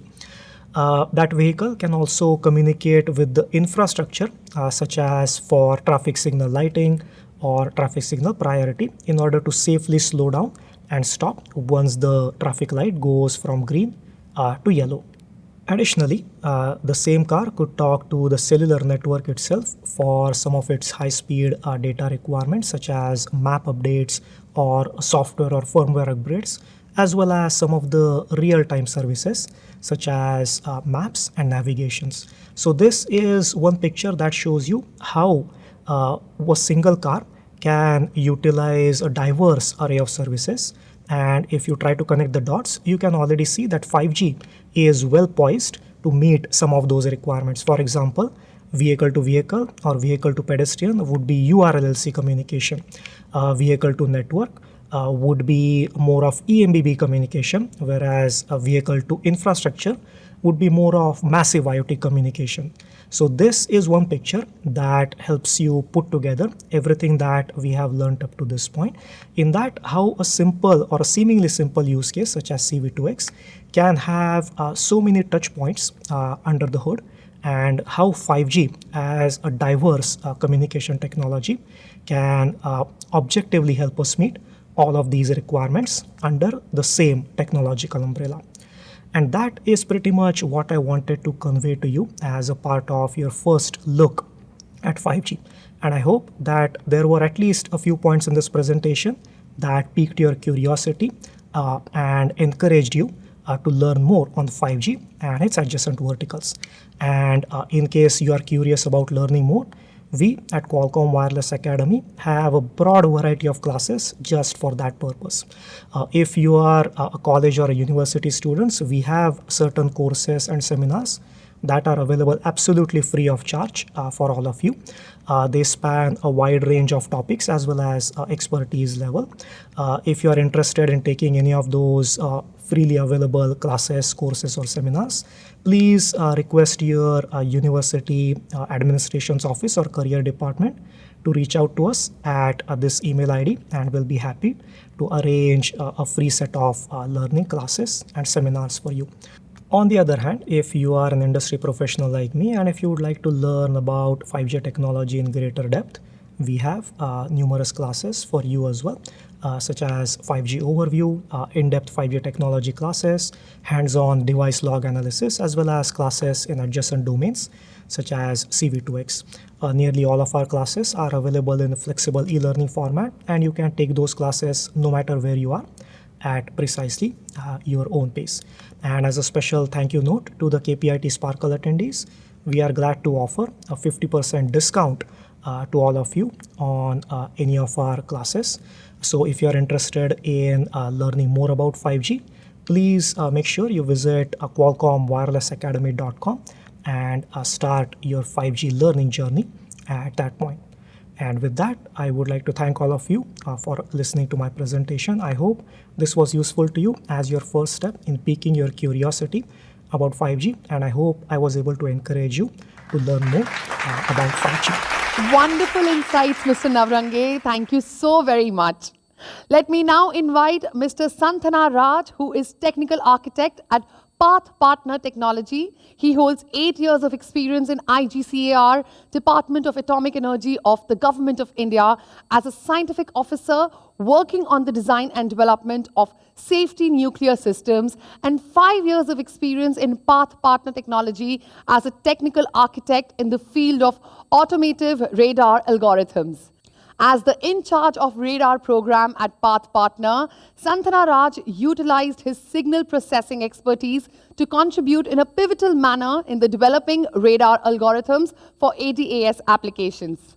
Today, Mr. Raj will throw light on the dependability of automotive radar technology, and we should now begin his session. Hello, everyone. This is Santhana Raj from Path Partner Technology, which is a part of KPIT Group. And I have been working in Path Partner for the last 5 years in the domain of radar technology. We have been extensively developing algorithms for automotive radar and assisting the radar technology to be used in this domain extensively in the last 5 to 6 years. And for today, I'll be talking on the topic of how automotive radar technology is actually assisting in the next level of autonomous driving, like when we go ahead with level 3, till level 5. So the agenda for the talk is I would like to introduce you people with radar technology, as it is a kind of a new concept to a lot of people. Then I would stress upon how the radar as a generic concept was used in military, and then how it has moved to the automotive radar domain in the recent times. And I would also go ahead and talk about the practical challenges that anyone would face in developing an automotive radar solution. And we also, these are mostly on hands challenges that we have faced in Path Partner. And based on these challenges, how we have handled these solutions and how we have come up with advanced technologies or new algorithms that can cater to various different domains within the automotive radar, and how Path Partner provides a radar SDK solution that can address these problems. So this is some of the problems, or some of the other next topics would be the imaging radar or artificial intelligence, fusion, and even nowadays radars are used inside the vehicle. So these are the topics that I would touch upon in today's talk. So to start with, the radar technology is usually called as millimeter wave, or in short form, it is called wave. So this is wave, it is called because the wavelength of the radar that is usually used in the automotive domain is in terms of millimeters, like 1.9 millimeters or 3 millimeters, or in that sense. And this converts roughly to frequencies till some 7 gigahertz or 24 gigahertz, or even nowadays for in-cabin, people are using 60 gigahertz solutions. So that is the reason that the wavelength is in millimeter. So this is usually called as wave technology. And the major advantage when compared to a camera or LiDAR-based system is its visibility in the night, cheaper sensors, and other environmental situations like bad weather conditions, snow, fog, and blinded by sunlight and those kind of things. And the applications are actually not restricted to automobile. As we all would know, we would have learned in our college days that the radar is widely used in military, defense, and aircraft. In those kind of, that is where radar came in, and that is where World War One and World War Two was able to win a lot of things, and that is where a lot of radar developments had happened in the past. But nowadays, with the miniaturization of electronics, it is possible to bring down the radar sensor to a very small size with like a 2-inch by 2-inch size, and it can be fitted in not only in automotive areas like where cars, so it can also go into drones and UAVs where they are power hungry, and spatial constraints, a lot of spatial constraints, and even safety critical applications in many areas. So that is radar as a technology, especially this wave, has a very wide applications across various fields, even touching into new areas like medicals too. So to actually start to give an introduction, we should understand like what are the different types of radar are available currently. So radars are usually broadly segregated into continuous wave and pulsed wave. So pulsed wave is something, pulses of certain frequency signals or certain amplitude, certain phase. A defined pulse is transmitted repeatedly, and it goes and hits the target and comes back, and the same pulse is received. And how much, depending upon the object, there is some modifications on the received pulse, and that is how the object, its velocity, and all the characteristics of the objects are determined. So you can devise the pulsed wave into coherent, non-coherent, and low repeating frequency and high repeating frequency. The high repeating frequency, the pulse Doppler method, is widely used everywhere. And basically, the pulsed radar is widely used in the military and defense applications. But automotive industry kind of decided to move away from this, and we see a lot of advantages in using continuous wave. So when we say continuous wave, we are no more sending impulses. We are going to send a continuous signal of changing frequencies. So for example, the widely used frequency band is 77 to 81 gigahertz. So I'm going to transfer 77 to 81 gigahertz, increasing frequency, and it is also a continuous wave.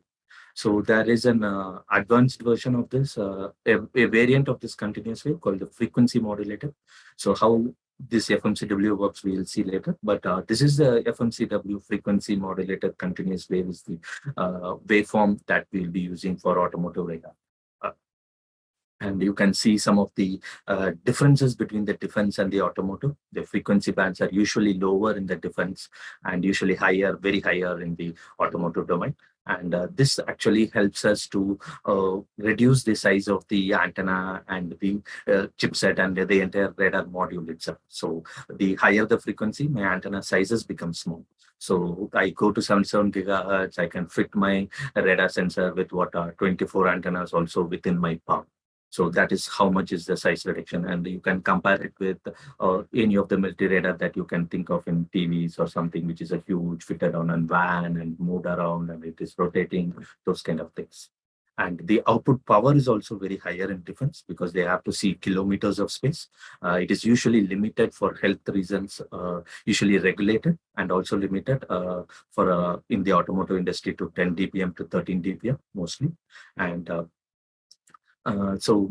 this is because of all these reasons, the power consumption is quite low, and the performance wise, if you see how long it can see or how finely it can see, the automotive performance is quite limited when compared to the defense radar. But this is good enough because in a car, when you are sitting in a car, I do not want to see a car that is coming 10 kilometers away from me or 100 kilometers away from me. I just want to see a car that is 100 or 300 meters away from me. So we are talking in meters to kilometers, and that makes a lot of difference for us. And how accurately we can precisely pinpoint a target is much more important in automobile. And as mentioned here, when the automotive radar technology kind of started, probably a couple of decades earlier, 24 gigahertz is the widely used bandwidth, and it is allotted for automotive, like restricted in many of the European countries and Americas. But the problem with this was it was limited to a smaller bandwidth, and it also has a lot of interference with the radio astronomy, satellite services, and those kind of things. And it has been universally accepted that the 24 gigahertz modules usage for automotive radar would be phased out entirely by 2022, and America is also following it. The whole automotive industry have now moved away from 24 towards 77 gigahertz. So when we say 77 gigahertz, it is basically either 76 to 77, 1 gigahertz band, or it is mostly widely used from 77 to 81, 4 gigahertz band. So when I have a 4 gigahertz band, it comes with a lot of advantages like resolution and all those accuracy and all those things.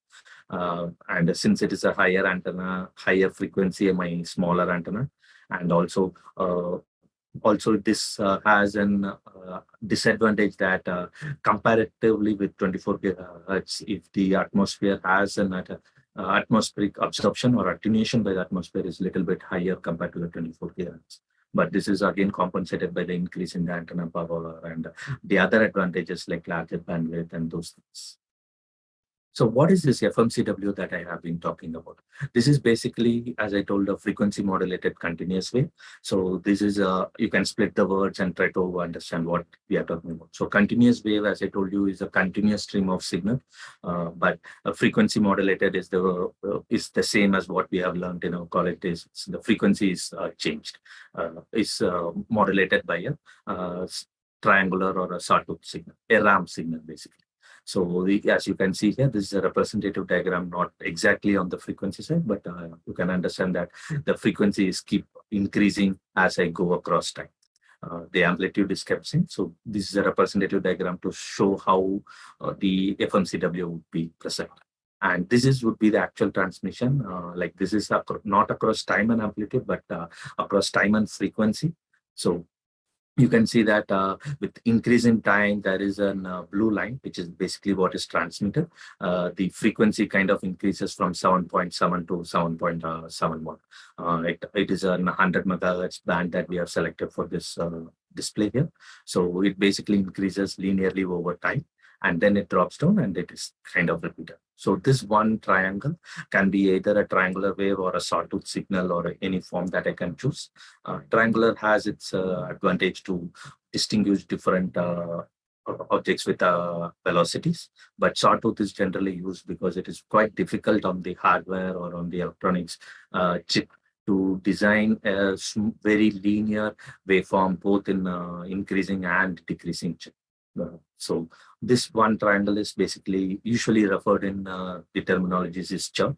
So this multiple number of chirps are repeated one after the other, and let's say a definite number of chirps like 256 or 1024 chirps together form one frame of data. So with once one chirp is transmitted, it hits the target and comes back. So we can assume like the blue line is the transmitted chirp, and after a time delay due to the time of flight, my red chirp is basically what is received by my receiver.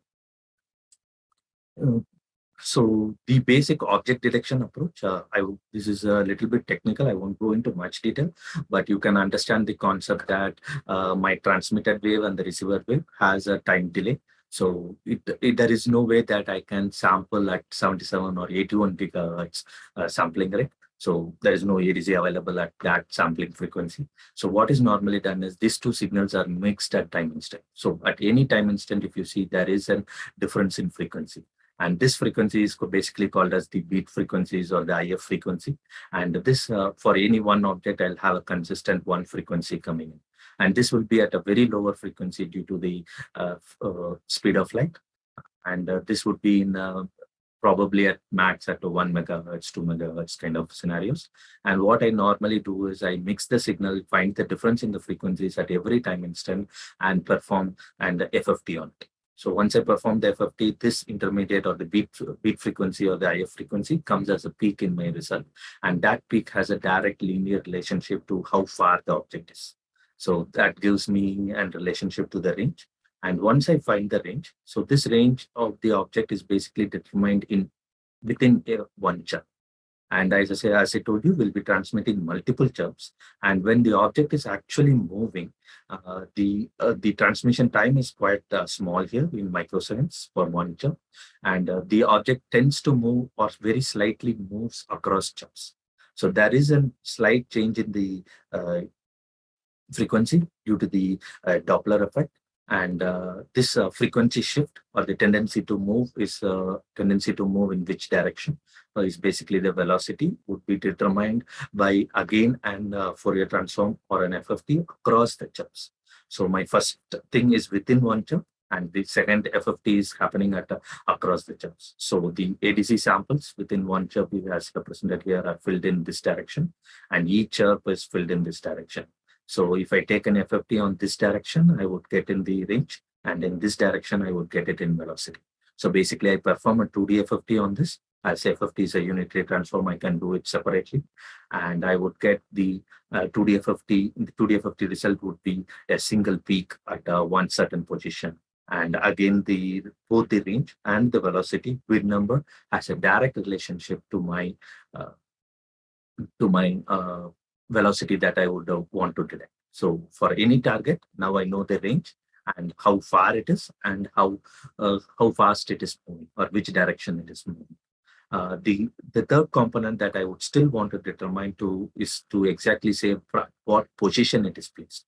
So to get this information, what we are basically doing is we will have multiple receiver antennas. So consider these, and these dots here are multiple receiver antennas displaced by a certain distance b here.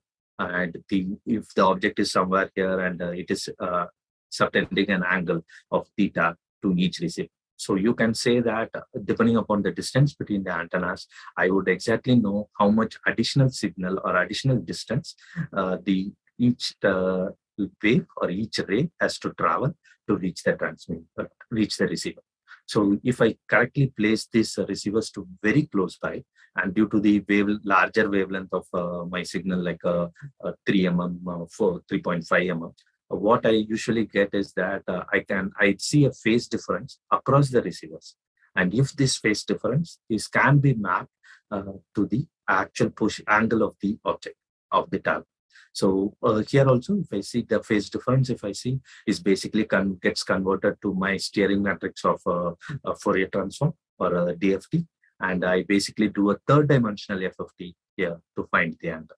So now I know the information from radar basically on the range, velocity, and the angle. So positional information like range and angle is always known and more accurately known when compared to camera, especially the range.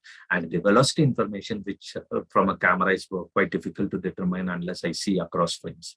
So this is also instantly achieved through radar. So radar has a different way of processing things, but it gives a very different modal informations, which is quite useful when we look at automotive or especially in fusion applications. So coming to the radar applications, so I would want to talk about where and all radar is placed currently or how it can be placed in the scenarios. So to start with, most of the radars are placed in the front bumper, catering to frontal applications like automatic emergency braking or cruise control. And it can also be placed in the corners, front corners, which is basically called as corner radars. And they cater to applications like cross traffic alert, pedestrian on the walkway, those kind of things. And we also have the side applications for mounted on the car door to detect where before opening the door, somebody is coming in or a cycle is coming trying to cross or those kind of things, or even in power door applications. Or you want to do a gesture recognition to detect and open the door automatically. So those kind of applications. And an extended applications would be something like side impact protection and those kind of things.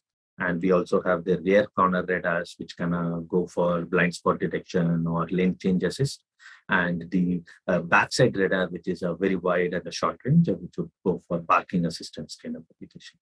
And another interesting new area that is coming up is the internal radar or the in-cabin radar, we would call, where we mount the radar sensor inside the vehicle, monitoring the occupants present in the vehicle, like how is the driver health, or how many passengers are there, or any adult or baby is left behind and then the door is closed, like pets are left behind.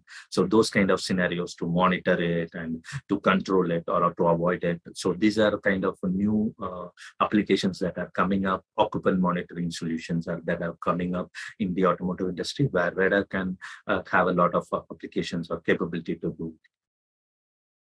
So moving ahead with the use cases, so we have seen the long range radar where it is mounted in the front and we see a very long range, and the FOV, as you can see, is quite small. And I have the blind spot detection where the sensor is placed in the rear mirror or at the back, and I have the FOV is quite different. And the parking as a reverse parking radar is a very wide FOV but a very short distance. And I have the parking free spot detection where the sensor is mounted on the sides and not here, but the mounting position is quite different. Side collision. And this is for the front corner radar covering an entire area, may not be very far long, but very widely on the sides and before taking a turn and those kind of applications. And when I have a 4 corner radars mounted, I actually get a 360-degree view around the vehicle. So these are different cases of radar mounting. And the normal object detection pipeline goes like this. The range and Doppler FFT is performed. Then I perform something like a thresholding operation, which in radar is usually called a CFAR. CFAR, which basically stands for false alarm rate, constant false alarm rate. And I have the angle FFT. And then I get multiple detections now. So I group them together with respect to targets, and then I track the target. So this is a normal pipeline. So in actual applications, this alone is not enough. And I would have to do a lot of operations like static letter removal added to the range Doppler FFT to remove the reflections that are coming from the road, trees, side grills, those kind of things. And I would also do antenna decoupling. There is the practical problems of having both the receiver and the transmitter antennas on the same chip will cause antenna coupling. Then I have additional calibrations and compensations. So we would also can improve the algorithms, like instead of simple CFAR, I can go for an order statistic CFAR, which is noise prominent for high accuracy applications. And instead of FFT, I can go for music and e-spread algorithms, improved grouping, those kind of advanced algorithms with higher computation and more capability to handle noise and problems in these scenarios. And additionally, over and above this, we can have interference-related problems like another radar is present and it's interfering with my signal, how to handle it, detect it, mitigate it, and even tolerate it. Those kind of applications are also available. And high-end algorithms like these are only till now what we have seen is only the object detection. I get a group of points, but that alone is not enough for the ADAS application. I would also want to know what object it is, like an actual classification or object detection being performed now, like to determine whether it's a pedestrian and its characteristics, or it is a car, or where it is, or it is a stationary object like a tree or some building. Those kind of things are also can be added at the end.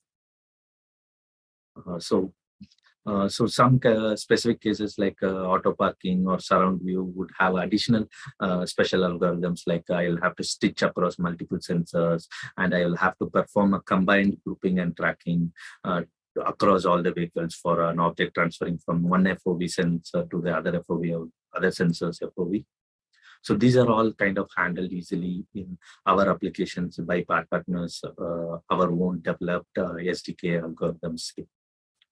So when we go to actual commercialization, so whatever we talked till now is already kind of done directly or indirectly in the military domain. We have only carried it forward. What are the actual problems coming when I actually do it for an automotive industry?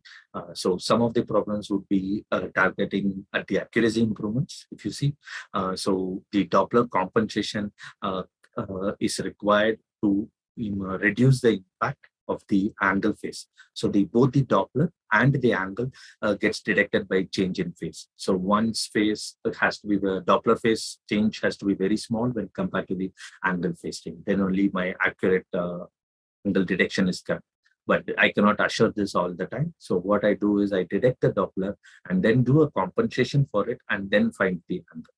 And we can also do antenna calibration to avoid any mistakes or PCB issues or any heating issues. Those kind of things can be calibrated on the go, even in runtime, to avoid any mistakes. And we also have already talked about antenna coupling to reduce the noises across the transmitter and the receiver or among receiver antennas also. The noise removal part, the radar, one reason that radar is not widely used like a camera is, apart from being it a visual, non-visual like camera, radar has a problem of static clutter. You always see random points popping up here and there in any scenario, even you make a very perfect radar sensor. So how to avoid this is one way to always detect a clutter and remove it. So how different approaches to handle this is, one is the major problem of static clutter. So my static objects like road surfaces, trees, which are slightly moving in the wind. So these kind of things get detected all the time and it comes and goes. So we can always detect its velocity. Since we know its velocity, velocity of every target, we can determine that whether it is a static object or a moving object and handle both the objects differently. If I don't want any static objects, then I can simply ignore those points and go ahead with only the moving object. And I can have like a ground noise removal. Basically, all the reflections that is coming from the ground will be in one plane and that can be removed. And multipath is another one project where the radar wave gets reflected on a metallic surface like side grills or another vehicle like car or a truck and gets detected as two objects or three objects kind of scenarios that different ghost objects pops up in the radar. And this is continuously present unlike clutter. So there are algorithms specifically to detect whether the determined object is target is an actual object or it is actually a multipath of another object. So this kind of analysis can be done or an estimation can be done to determine the multipath object and then remove. There is application-specific things like radar interference from other sensors or velocity extension algorithms to increase the max velocities, or even where I have a very large reflecting RCS, high RCS object and a low RCS object, which is basically large reflecting and a small reflecting object, both placed close by together. And I still want to detect like a person getting out of a car. So the person has a low RCS and the car has a high RCS. So it is possible that the person most of the time doesn't get detected until he is very far away from the vehicle. So this scenario is not a preferred scenario in radar detection, and RCS masking is a very specific and an important problem here. So we have specific algorithms like cipher banding and E-spread and clustering to avoid these problems, to determine there are two objects within the same space and then group them together accordingly.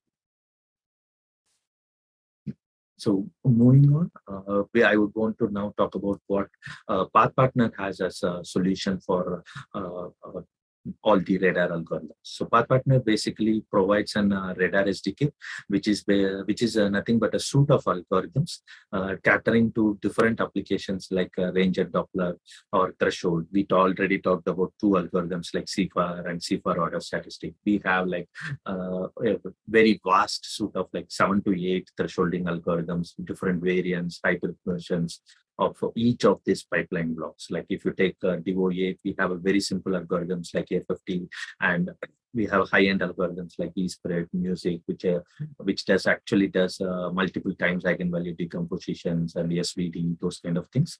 So these are actually super resolution algorithms to suppress the noise and get accurate object detection. So we do have all these algorithms, and when we say we have this algorithm, this is not some block that is readily available. We have developed it in-house, analyzed it, modified those versions to adapt to the automotive radar industry, and then implemented it on the hardware, tested it, and we have done system integration, and we have delivered it to customers which are actually running in the market right.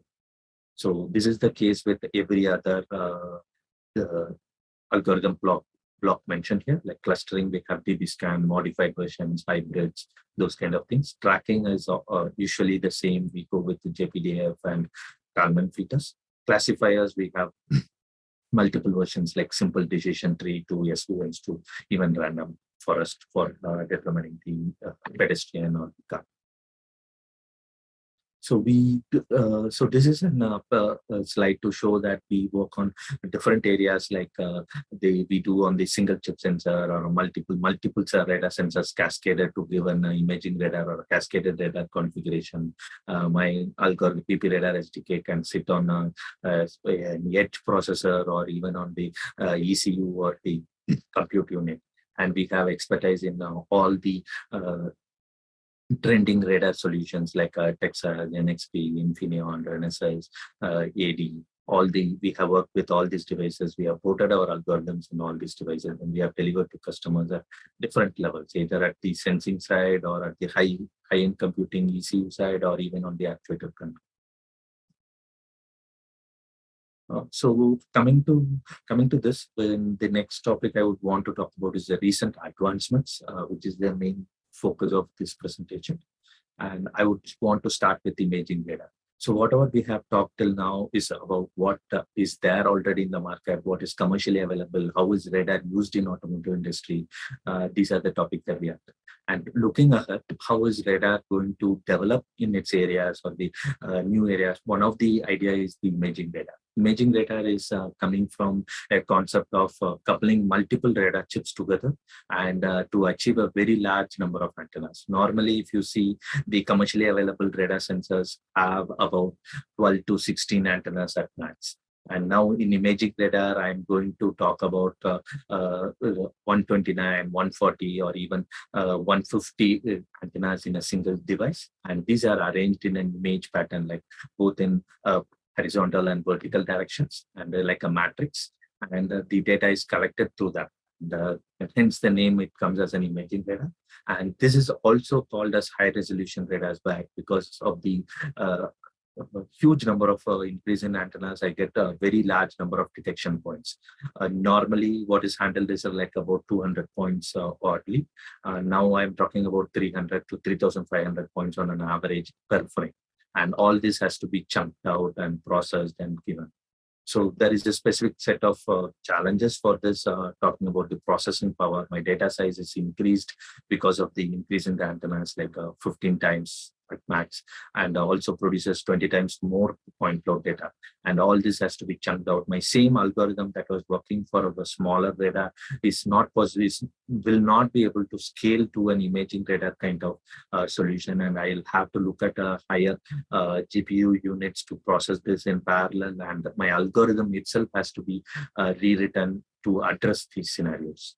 And from the hardware perspective, these algorithms cannot be run on a single DSP. It has to go to an hardware accelerators, multiple hardware accelerators, or GPU units, or even in some cases, people are looking at FPGAs to implement these algorithms for imaging data. And everywhere, the optimized implementation is the key. So whether the algorithm level or at the parallelization level, if we are all talking about consuming lesser power and having a higher frame. So which are both contradictory to the amount of data that is put in, and all this has to be chunked out or crushed through to get good, dependable results. And some of the special algorithms that comes into play once I have this dense point cloud. So when I say 3,000 points, 3,500 points, we are looking at a very close image scenario like an LiDAR. So some of the additional algorithms or applications which have been reserved only for camera and LiDAR and not for radar till date is broken. And now radar can do some of those things like self-localization, mapping, calibration of the sensors, maneuver detection, like the target car in front of me is about to take a lane shift without an indication, let's say. And my radar can detect it when it is slightly tilted even before he actually makes the lane change. So those kind of things is possible. I will have a surround view and to understand my entire environment around me to avoid my lane changes, suggest lane changes, those kind of things. And I would also be able to determine what is my actual instantaneous velocity and then perform additional operations on how fast I can go, where I am, those coupled with self-localization. There is huge amount of applications which are reserved for LiDAR and the camera-based type of applications is now open to radar because of imaging. The next one that I would want to talk about is in artificial intelligence. So Here, AI can be used entirely for the raw data processing. We talked about the signal processing pipeline. This entire pipeline can be replaced by a neural network or a CNN type of architecture where it chunks out my point cloud. So something like that can be done, and the next layer takes up and does the featuring and the classification to determine what object it is. So this is one direct entire replacement of all my signal processing applications entirely. But there are other small applications like there are kind of problems in CFAR thresholding to determine my radar kind of struggles to determine what type of clutter distribution is currently. Is an open environment or an urban high traffic urban environment, those kind of things, or based on that the clutter distribution changes. So an AI can be used to determine the distribution, and based on the distribution I determine what are the parameters that I do the CFAR threshold. So this kind of changes in the pipeline, or AI can assist the already available signal processing algorithms to perform in a cognitive or a better way to determine to provide better accurate results that can adapt to the different scenarios or an ongoing scenario, which only I can pull the expertise from the artificial intelligence. And Path Partner is positioned here correctly to understand what the architecture selection and data set annotation, all these things we have done and optimized these algorithms to put it into different pipelines like NVIDIA, TI, or Qualcomm AI engines. So we have both the control on the algorithms and the porting, both on a single processor or even on hard GPU lines. Coming to the next topic of sensor fusion, we all know that multiple sensors are of different modalities. So one example that I have shown here is on the radar and the lidar. You can also input camera. Whatever parameters that you set of parameters that you want for the application, you can compare it across. For any of the automotive application, it always ends up that there is not one single sensor that can cater to all the scenarios. So it is always advantageous to go with two sensors, because all these three sensors, camera, radar, and lidar, is or has a different approach or a different modality of information. And this difference in modality has its own advantage, disadvantages, and when put together, the whole concept of fusion brings in a very different scenario. But the problems here is the cost. So usually what is looked at is when I go for L2 plus or L3 applications, I can do away with the camera plus radar kind of scenario, especially with imaging radar in place. Or this is mostly because of the cost of the lidar sensor to mount all around the vehicle. And but in the future, when we are looking at L5 kind of applications, it is very evident that I would go for a camera plus lidar or a camera plus radar kind of solution assisted by the third sensor. So where does this fusion happen? So it can happen at the signal level, or at the object level, or at the decision level. So signal level is basic raw data comes in, I fuse it there, and obviously this is a very large network, and it has to train a lot and has to go through a lot of data to arrive at good results. So this is what currently not used or very rarely used. Object level fusion is where all the sensor data is analyzed to arrive at object information, and that is where it is merged. And this is widely explored now and widely used nowadays on the and the next level of implementations or ADAS applications would be targeting object level fusion.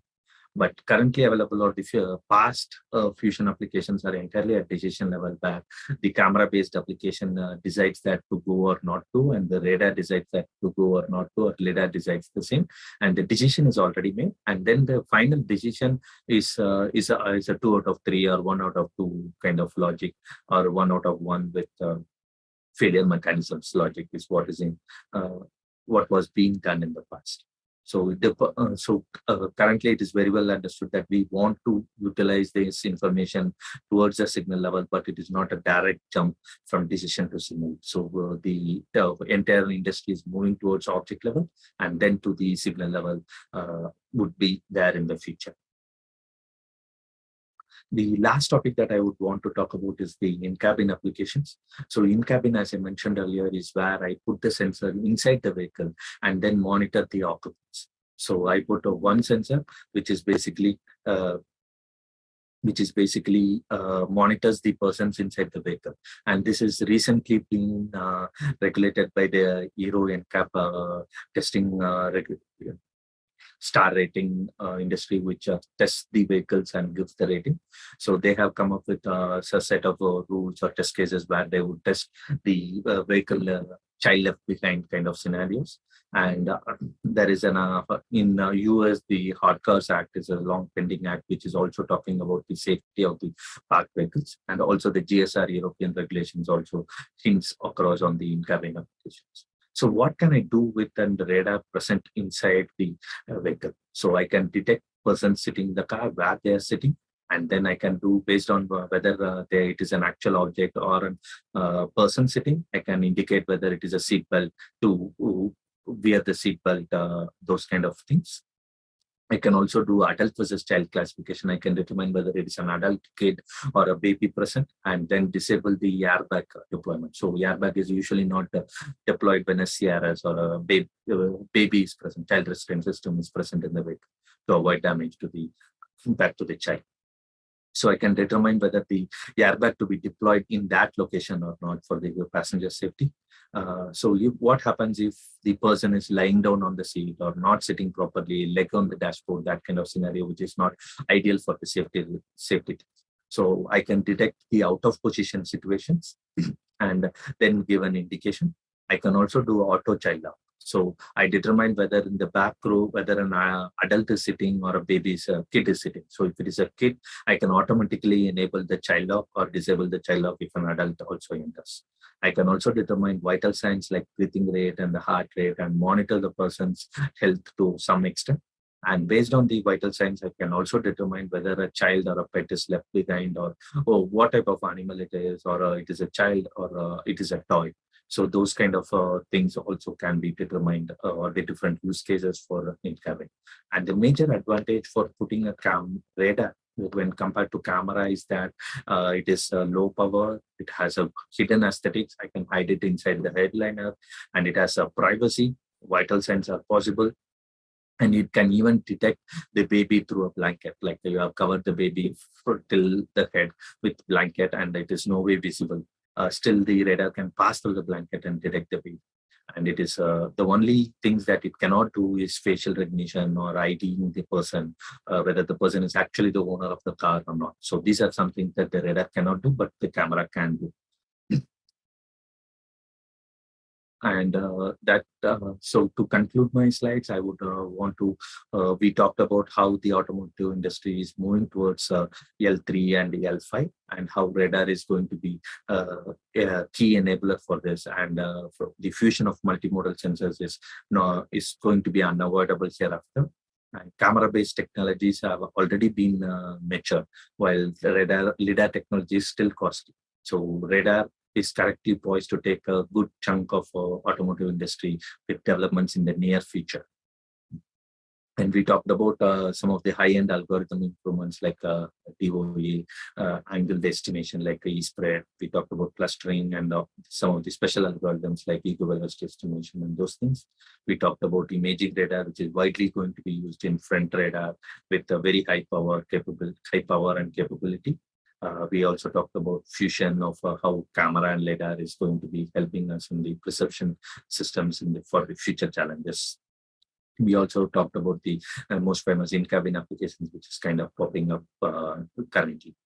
So all these applications, we would want to say that our partner is correctly positioned in the automotive radar domain. With all, we are keeping track of the advancements. We are advancing our customers. We are helping our customers advance in this domain with better solutions and solving their day-to-day pain problems in this domain. And we are correctly positioned to be the leader in these above-mentioned areas. And with that, I would want to thank all of the people who are present here to listen to this. Thank you very much for patiently listening to my presentation. I hope it is very useful for you today. It was quite an intriguing subject. Thank you for sharing your thoughtful and visionary views. Ladies and gentlemen, I'd like to take this opportunity and invite Mr. Nikhil Devshatwar, who is a software architect manager at Texas Instruments, Bangalore. Mr. Devshatwar is a software architect responsible for designing the software stack for various multi-core SoCs. He is an expert in Linux kernel drivers, virtualizations, and video frameworks, and has delivered several differentiated solutions, some of which have resulted in patent disclosures. As a specialist himself, he will today share his views on open source development and if it will end up closing monopolies. So let's invite him. Hi, my name is Nikhil. I work as a software architect in Texas Instruments. Today we are going to talk about how we can learn from open source software. Quick introduction about me. I am working as a software architect in Texas Instruments. Some of my contributions include I have worked on Linux device drivers, especially on the camera and display drivers. I have virtualization and hypervisor expertise in creating some of the solutions. I've created the analytics SDK for the TDA4 VM SoC in TI, and currently I am managing a team for Sitara processors. Here are some of my contact details in case you want to reach out with me. So today we are going to discuss a topic regarding open source software. So before that, a quick intro about what open source software is. Like some trivial information about open source software is that all the code is in public. Anyone can read, understand, and modify the code. And most of the projects are free in the terms of freedom to use and modify. And a lot of times the software solutions are free in the terms of money as well. So the important thing about open source software is that anyone can come in, fix bugs, add new features, and the community is open to discuss about any new ideas that you have, or there is a lot of discussion, and most of the development is driven from the community. You might also have noticed that open source has become a new trend. All the big tech companies like Google, Microsoft, Facebook, Twitter, just to name a few, are embracing open source software. So a lot of times they start developing a software component, and when there is enough traction about it, they kind of make that software component in the open source, and that helps both people. Like it's a win-win solution, because it's the community who can come in and continue to maintain that software component. They add more features, they give active feedback, and at the same time it is helping the organization also to get help from the community to continue to maintain that software. So open source has become the trend, and everyone should be aware of that. So how all of that is helping us, to learn. So as a student, you should really make use of this open source software and the overall community for your learning experience. And as per me, using open source software is the best opportunity for students. And why we think that the open source is the best opportunity.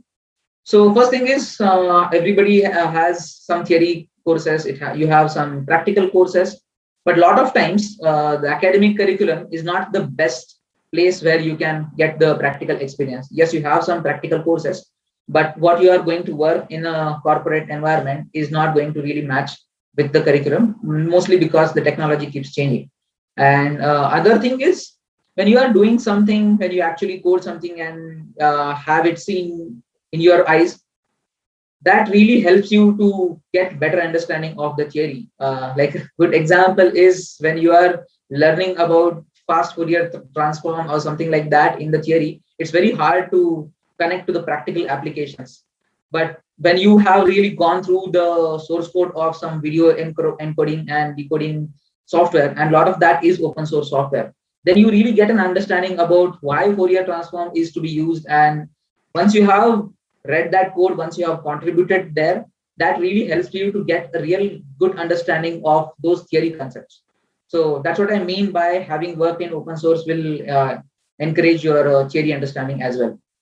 Now, the second part is the most important part. Like a lot of times I am interviewing also, and I see a standard resume from a candidate looks like this, where you have a description about your coursework, some of the scores, and some intercollegiate competitions that you have won and things like that. But in 2022, 2023, the expectation from students is that you have already learned the skills that you need to work in a corporate job. And those skills are things like, version control, coding practices, and all of that. I'll go into details of all those skills.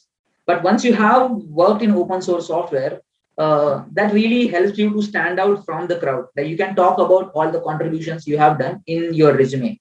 Let's say you have sent some 10 patches to certain open source project. You can talk about that. You can put all those links in the resume. You may have built your own websites and you might have tinkered around some projects. And all of that information is really going to be helpful when a recruiter is scanning your resume. So, and all these skills will really help you to accelerate your first job, because you have already learned those skills. And when you start with your first job, it is going to accelerate your path. Also, other thing is, when you're working in an open source environment, there is no manager. So in a way, you are on your own. You have to read the code, you have to read the documentation, you have to ask questions, you have to make sure that you understand everything. And you learn to work independently. And that really helps, because that experience enables you to work independently. And when you get into a job, that barrier is much less. And that experience really helps you to stand out from the crowd. Other important thing is, once you have learned something, the software is so nice that you just need to focus your effort on learning a specific skill, and then really you can make use of that skill to start freelancing. For example, you can focus yourself to learn how to build Android apps or how to do web development, and open source software really allows you to do that. You can watch a bunch of YouTube videos, you can work on some open source software components and start tinkering around it. Once you have enough understanding, you can really get a feel of freelancing. So while you are in the college, maybe in the second year or third year, you can start some side income by actually starting to develop some Android apps or web development or things like that. And you really didn't have to wait for the jobs. And one other important thing is, you can really start thinking about entrepreneurship. A lot of times you have some idea, but since you are in college, you don't really know how to get something working, and you don't know how to create scalable apps. You have never worked on building a big website or things like that. So once you have gone through this exercise, once you have worked on open source software, you have used it, you have contributed it, you have enough knowledge for you to really prototype that idea. So you can really start prototyping that idea with a group of friends, and start pitching your solution. And that is really powerful thing, because a lot of times people have idea, but since you are in the college, you do not have enough experience and you don't know how to go forward with it. So once you have gone through this experience, it really would help you to get that prototype ready, and that will really help you to incubate your idea and take your next steps as an entrepreneur. Okay. So here are some of the popular open source projects. I'm sure everybody knows about all these projects, like Linux kernel, which is running in almost all the billion devices that are there, the Android phones, the iPhones, the servers, laptops. A lot of them are running Linux operating system, and it was always designed to be an open source project, and it has been running for more than 20-30 years. So apart from that, there are all these projects like Firefox browser, Node.js, Python language, Flutter, and all of these are some of the popular open source projects. So everybody is using all those projects, and most of the features that you see here are actually developed by the community. So all these are complex projects, but it was not possible for all these projects to get here without the need for community. There are thousands of developers that are actively contributing to each of these projects on a daily basis. Okay, so I hope you get a good idea about the different some of the popular open source projects. Now let's talk about what do we learn in an open source project. So a lot of times when you get started, first thing you are supposed to understanding what is version control tools. Because most of the students, while you are in the college, you might have worked maximum 500 lines of code. But when you go into a corporate culture, you suddenly have a big project which has some 100 files and functions crossing different modules and things like that. So you don't have that experience, and open source software teaches you that. How can you do version control? You get introduced to Git. You understand what are patches and what is a development flow. So basically, Git is a version control tool which allows you to check in your code, manage the features to make sure that the code is stable and things like that. So most of the open source projects are Git based or some other version control tools based. And once you have worked through this, you will definitely learn this skill. And this is the most important skill for any beginner when you are going to start your career in the corporate job. So version control is the most important thing that you'll learn from open source project. Other thing is the coding practices. When you are working in college, you might be writing the code and you are the only person working on that code. So you are free to use whatever formatting you want. You are free to use whatever naming and things like that. But when you are working in an open source software, you have to give importance to all these things, and you can read through the contribution guidelines and understand how the code needs to be formatted, how the functions and variables are to be named, and how you really organize the code. So you kind of directly or indirectly start learning these design skills, and these things somehow get inculcated in your daily life. So whenever you are going to start code, you would make sure that you follow certain coding practices. You name those variables and functions and things like that in a right manner so that it makes sense for a third person to understand. And working in open source will help you to get this skill. And of course, this is an important skill when you are working in a collaborative environment. So you will start reading the code and you kind of make an intuition in terms of, once you start reading through the code, you get to know how certain things are to be written, how the code is to be organized. And then when you are contributing, you will also start doing that. And when you go into corporate job, you would have those skills already there.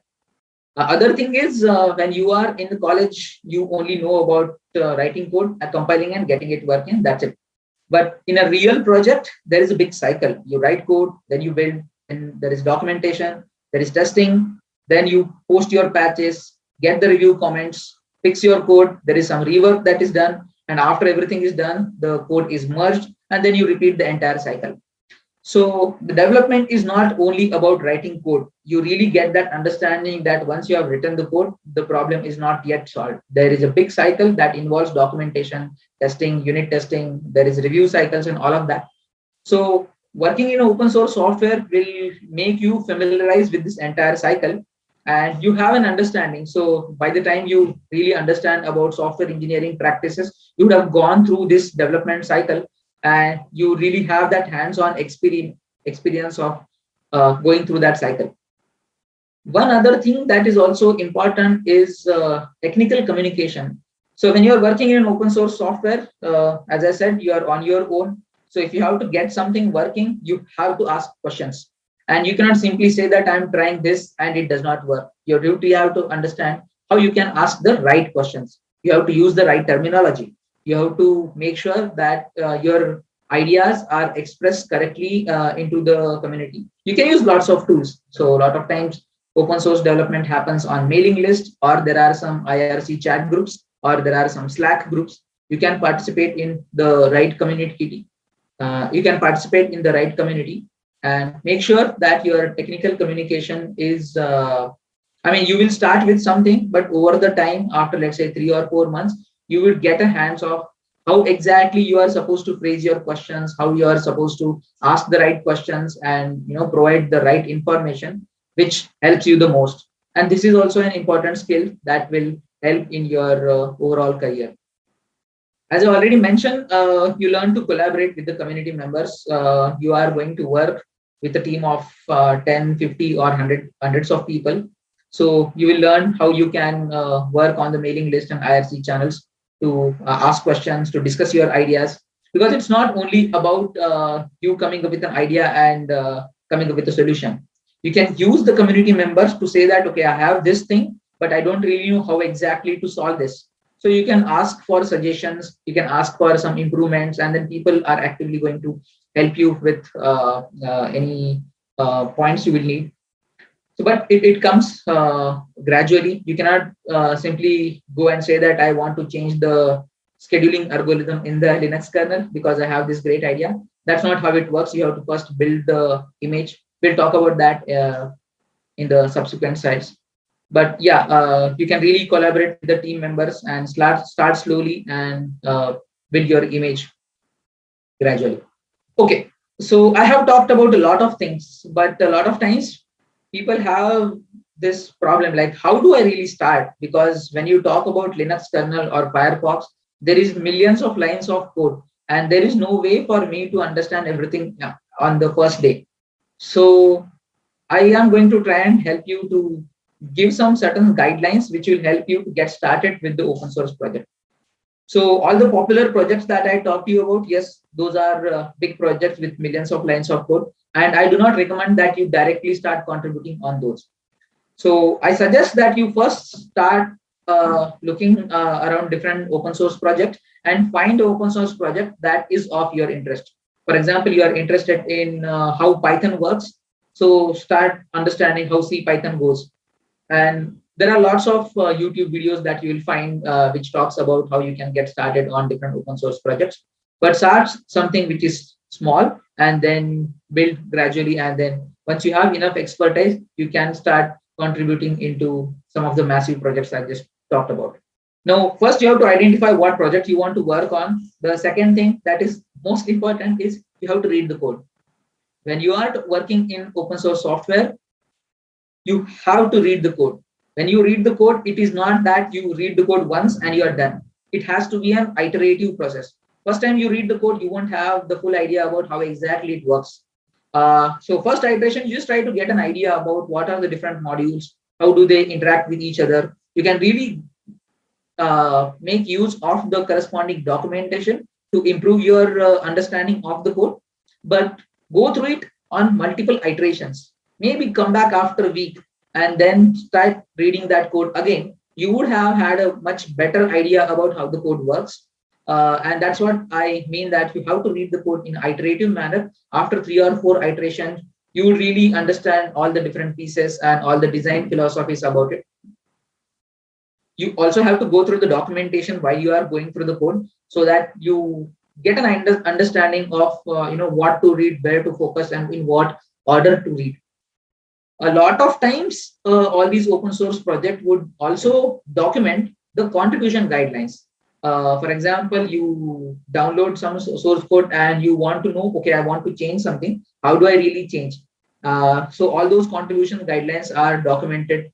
It talks about how you can create pull requests, whether the community is going to use a mailing list, or what are the communication channels where you can chat about it, which mails you can write to, or what is the branching strategy and where the code is involved, what kind of unit tests you are supposed to do. All of those things are documented.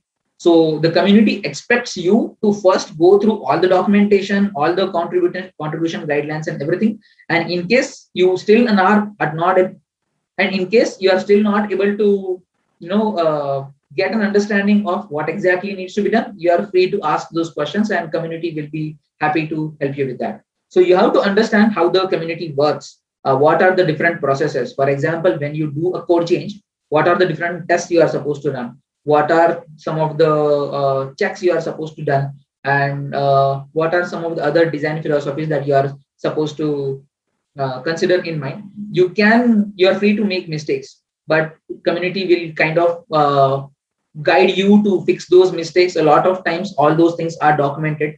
So it is really important that you read the code, read the documentation before you start making some of the obvious mistakes. And then once you have that, you can really start contributing. And as I said before, you have to start with some smaller changes, go through a full cycle. It might just mean that you start fixing some of the typing mistakes or some of the compiler warnings in a smaller project. So you're not really doing a big change there. You are just doing some small change, but go through a full cycle in terms of you have done one change, you'll do some testing, you'll create a pull request, there will be some review cycle, and somehow your first patch is getting merged into the mainline code base. So that will give you an overall idea of what exactly are the different steps. And once you have that experience of having gone through the full cycle, then you can move on to taking up big things. So when you have written some code, you will have some opinion regarding the same. But when you are working in a community, you have to take the feedback from the community, A lot of time, since we are working in open source, I have seen in the past that people may give you blunt feedbacks. So you don't have to really take it in a personal way. The feedback is supposed to be taken in a positive manner. You have to respond consistently and ask all the questions. So you can say that, okay, this is my understanding. What is the design philosophy? Why should I consider this way, that way? And people will be able to give you all the answers of your questions, but you have to ask all those questions. So once you have gone through maybe 1, 2, or 3 rounds of review cycles, uh, finally the code is ready for that. So other thing is, you cannot simply post one change and wait for the maintainer to merge your change. A lot of times there is active discussion by the community, so you will get some feedback and you have to respond quickly. So take some time and make sure that you respond to all the questions that are being asked, or you are clarifying uh, all the philosophy that you are going with whenever you are doing code change. You should discuss this actively. And for example, you have sent one patch and there have been some questions, and for 1 month there hasn't been a response. That is not really going to give a good impression about that. So when you are starting to work in open source community, it is really important that you are consistent with your responses. So I really suggest that you respond to the feedback quickly and discuss and eventually approach the solution. Your first solution may not be the right one, but you can discuss with the community and get to the final solution. So you start by doing small changes. Community sees your name and your patches consistently. Then after a certain number of weeks or certain number of months, you start building your image, and people value your time, and you can really start building your image in the community. What it also means is now you are enabled to help others also. When people are going to ask certain questions, you can also be active in the community and start responding to their queries and things like that. So you can be part of the community. So I think these are the different steps. If you can follow, then you can start small, understand the community, and eventually you would have built a good image in your community. And once you have gone through all of this, you can really flaunt about your open source contributions, and you would have gained all those skills which will definitely help your career in one way or other. All right, so I have talked about all the things that you can do to get started with the open source software. And here are some of the learning opportunities. I've just bucketed them into a few categories. So first thing you can do is you can learn about embedded development. I have put that as the first bucket because I am working in embedded development. Linux, FreeRTOS, Zephyr are the most popular open source project, which are software that operating systems that are running on some of the microprocessors and microcontrollers. You can start contributing there. You can learn about how you can develop device drivers, and all the skills you can learn is going to be helpful when you are working on Internet of Things, AI, and SBC stands for single board computer. So there are lots of Arduino and Raspberry Pi kind of boards which are going to act as single board computer, and which really helps you with learning all the embedded development skills. There are some graphics and multimedia frameworks like GStreamer, Wayland, GTK, and Qt. So these are different frameworks that are most popular in the embedded and in general graphics and multimedia frameworks. So you can start contributing there regarding some video encode decode algorithms. I mentioned something about Fourier transforms and things like that. So you should be able to learn the code and contribute into graphics and multimedia in case you are interested in that field. I really suggest that Python is a very good way of learning how a language works. So C Python is an implementation of Python which is written in C. And in case you are interested in how a language works, or how you can add a new feature into the language, you can get started on the C Python source code. And along with that, there are other languages. Those are also open source. For example, you have Golang, Rust, Dart, and Node.js, and more. I've just given the most popular ones here. So if you are interested in contributing a language feature, these are some of the skills that you can use. Along with that, you can also learn some of the web skills. So it's not enough that you only work on contributing some open source software, you'll also use the open source software. So once you start doing that, you will learn about how you can, host a website. You will learn about Amazon Web Services, or what are the different DevOps things that you are supposed to do. You can learn about different microservices. For example, you have written one website, but you want to integrate, let's say, Google login into it, or somehow you want to integrate Google Maps into it, or any third-party software integration. You'll really start learning those web skills, and that is going to be really important. And all of this you are doing in your college time. So it is really going to be helpful when you come out of college and either start freelancing or get started with a job or entrepreneurship. And then there are some other categories, like you can learn about how you can do app development, game development. A lot of people are interested in how you can get started with game development. I want to start developing some casual games, or I want to, let's say, start developing an Android or iOS app. All of these things that you can get started by using all these open source software components. All right, so that's all I had to say. I hope that this talk would motivate you to get started with open source components, and I hope to see that you would get started with the open source software, learn a lot in your college life, and you should be able to prepare yourself for a corporate job. And the next time when I see average resume, I should be able to see lots of GitHub links and a lot of open source contributions. All right, so there are some of the links here I have put here. So first contributors is a GitHub repository, which is specifically designed to help you understand the overall process. So this is the repository which has got maximum number of stars. Go through that. This is the repository where anybody can send a patch and go through the entire process of what it takes to contribute and get your first patch merged into the open source. So I really recommend you to go through this and have your patch merged there. Free Code Camp is a website. It's a initiative that is designed for learning and building projects, and there are lots of resources given for you to, and mostly all of that is focused around web development. So I really recommend you to go through that. And on GitHub, you'll find there are lots of different repositories where it's only a text file, and people have compiled a lot of links and things like that.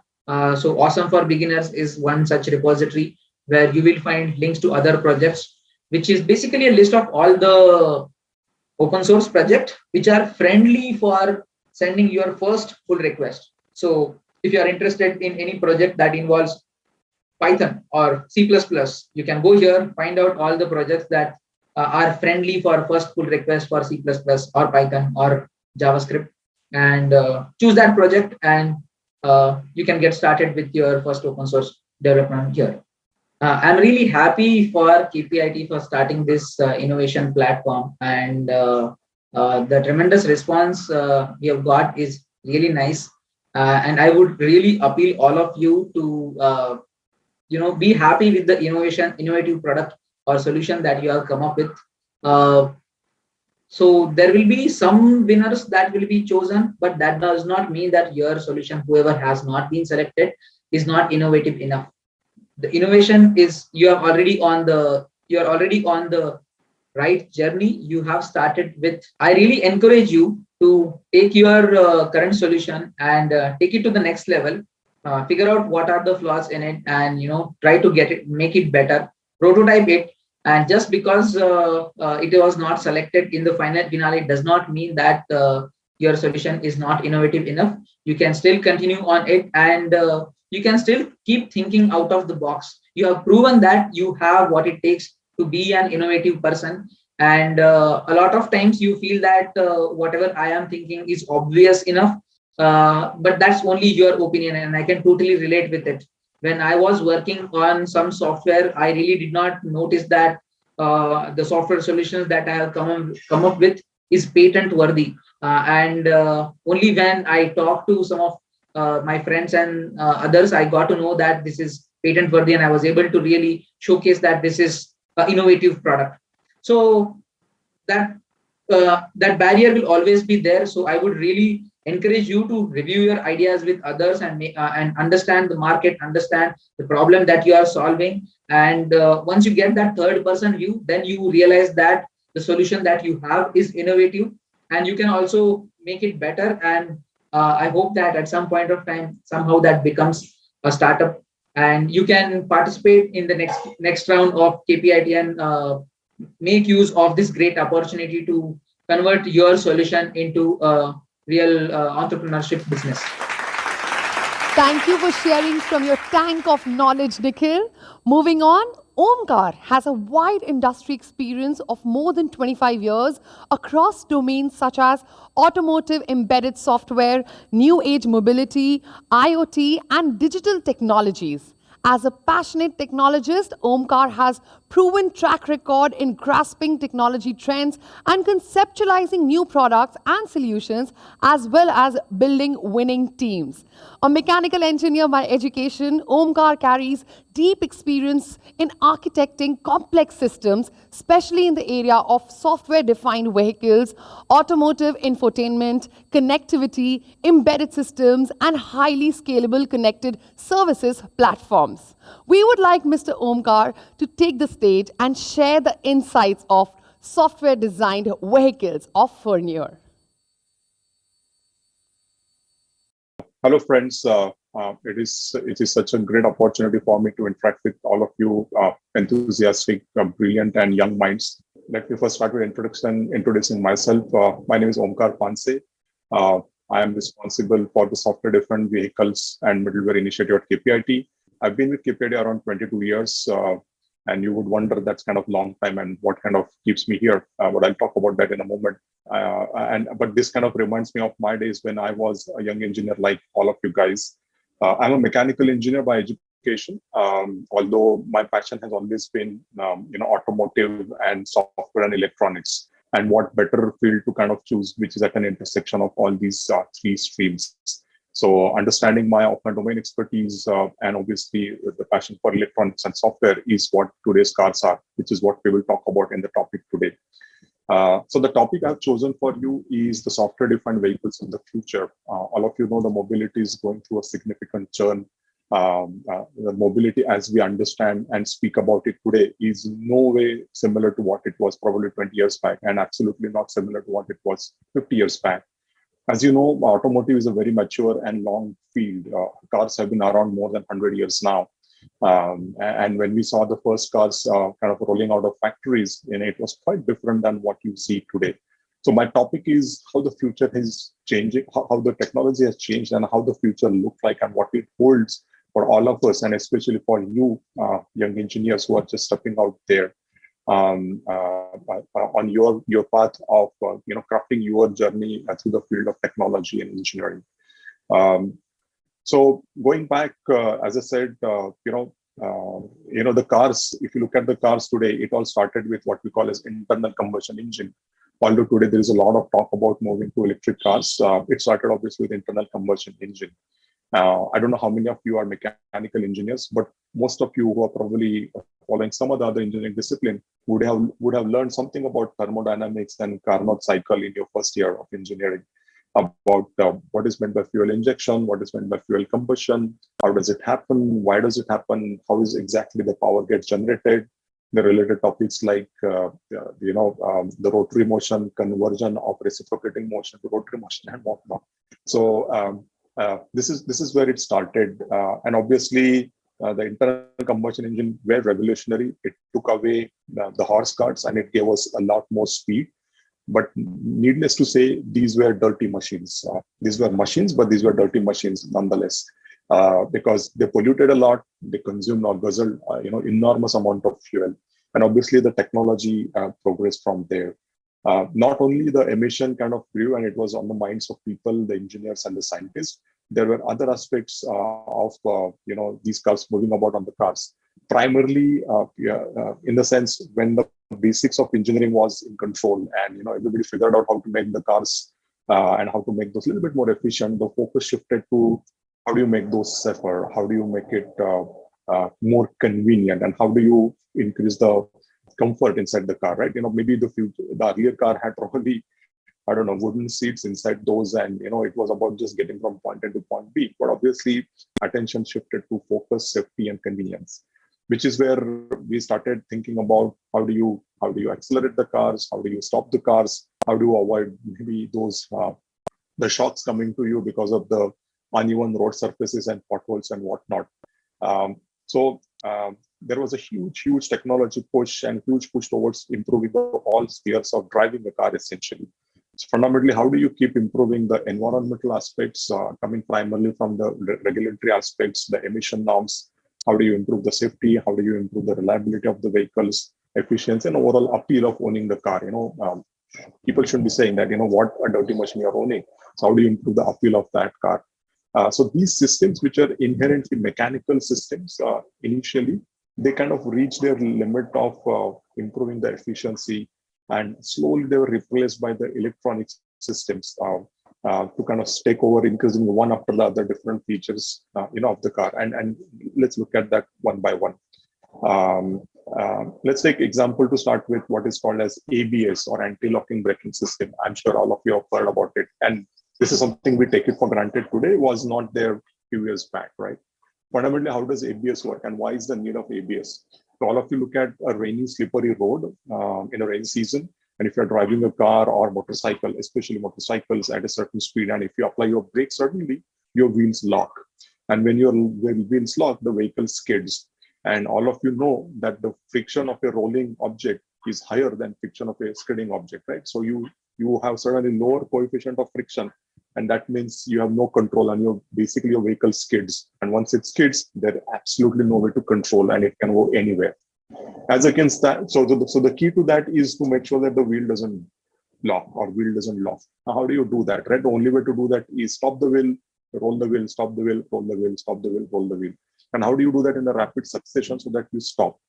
Obviously, you could not do that with a purely mechanical system, and that is where the first advancement of electronic system came, the applications of what is called as actuators and electromagnetic devices, whereby application of an electromagnetic pulse, you can rapidly apply the brakes for several times in a second till you gain control on the speed of the turning wheel. And that's how that kind of marked a major introduction of electronics and technology into the vehicles. Obviously, that was made possible by advancement on electronics. All of us know electronic and advancement started in probably 1950s, 1960s, when all we had was simple transistors and very, very simple logic gate TTL devices with probably 16 transistors on them. And then it grew to 4,000 transistors and 200,000 transistors in 1980s to more than 1 million transistors in 1990. And then today we have something like 600, 700 million transistors in early 2000s. And if you look at the state of the electronics and the technology today, it is mind-boggling. All of you would have heard about the Tesla FSD, which integrates microprocessors, safety cores, and deep learning cores all into single device. Let's say it's not even a microcontroller anymore. So these rapid advancements of electronic combined with the advancement in software engineering gave birth to electronic control systems or electronically controlled systems. And that's how that was the start of increase of the software content in the cars, and that kind of set the direction of how the future mobility will be back in 1980s, 1990s perhaps. That meant that gave birth to what is called as electronic control units. These are nothing but computers, but specially built computers to withstand the shocks and the vibration and the heat inside the car. And these electronic control units are controlling the engine, controlling the fuel injection, controlling the brakes, maybe controlling your transmission system and whatnot. So starting with the basic engine control, safety systems, and the focus shifted to comfort. And the comfort has many, many meanings, right? If you're driving on a hot day, how do you control the climate and the temperature inside the car? To listening to your favorite music, which today has shifted to like streaming music completely from the internet, right? So these systems dramatically change the profile of the content and the profile of the experience of the car the way we have it today, the profile of the experience of automobiles the way we have it today. It was no more an electronic system. And if you look at the car today, It's probably one of the most complex machines ever built and being used by people like you and me.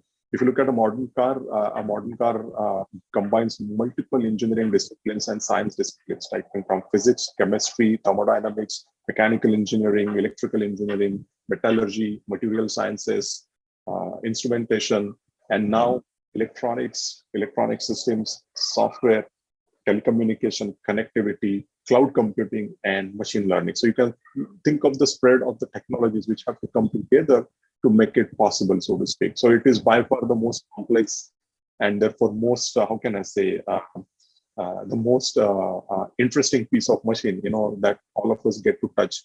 And as I said in the beginning, this is what kind of keeps me going, the passion for this technology and the intersection and the interplay of technologies. And it is so glad to see that all of you are kind of bringing it to the table to this particular vehicle of Sparkle as an innovation contest. But that is just a beginning. I think the cars today are at an intersection of all of these technologies, and these technologies is making it possible. So this has been a runway till today. Now let's look at what the future holds for all of us, and especially all of you. The rise of electronic control units, if you look at a modern car, it has anywhere upwards of 50, 60, 70, maybe up to 80 electronic control units or computers. And each ECU is kind of controlling a dedicated feature, a specific feature. This is great, and there's a lot of software content and blah, blah, blah. But it slowly kind of gave rise to some additional different problems. And I'll give you one simple example. I was talking to one car maker from United States, and they mentioned that the way the lighting is controlled of the car, that particular the software written for that is sitting on 4 different ECUs, which means if you have to change the feature of the lighting, you have to change the software on 4 different ECUs, and that's kind of where it's a first sign of the complexity which is coming and the problems which is coming. So electronics and software obviously significantly change the profile of the content, significantly change the experience, but now it is reaching its own limits of, let's say, the distributed architecture.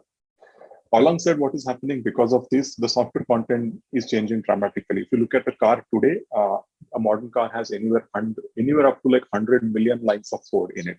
And 100 millions is a mind-boggling number. To put it in perspective, if you look at a Boeing 787, it probably has something like 20 million lines of code. So it is almost 5 times the lines of code that is sitting in a modern car. If you look at Facebook lines of code base could be about 60, 80 million lines of code. And with the advancement towards the autonomous driving, it is expected the lines of code or the software is going to grow to 300 million lines of code. And that is an enormous amount of software inside a car. So outward, it looks simple, but it is mind-bogglingly complex. While this is happening, there is also a significant trend of electrification.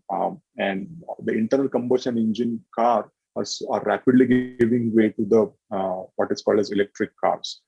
It is expected by 2030, almost 25% of the cars on the road, or the 25% of the new cars will be fully electric. And 15% cars will be fully autonomous. And almost all the cars will be connected to the cloud in some shape and form.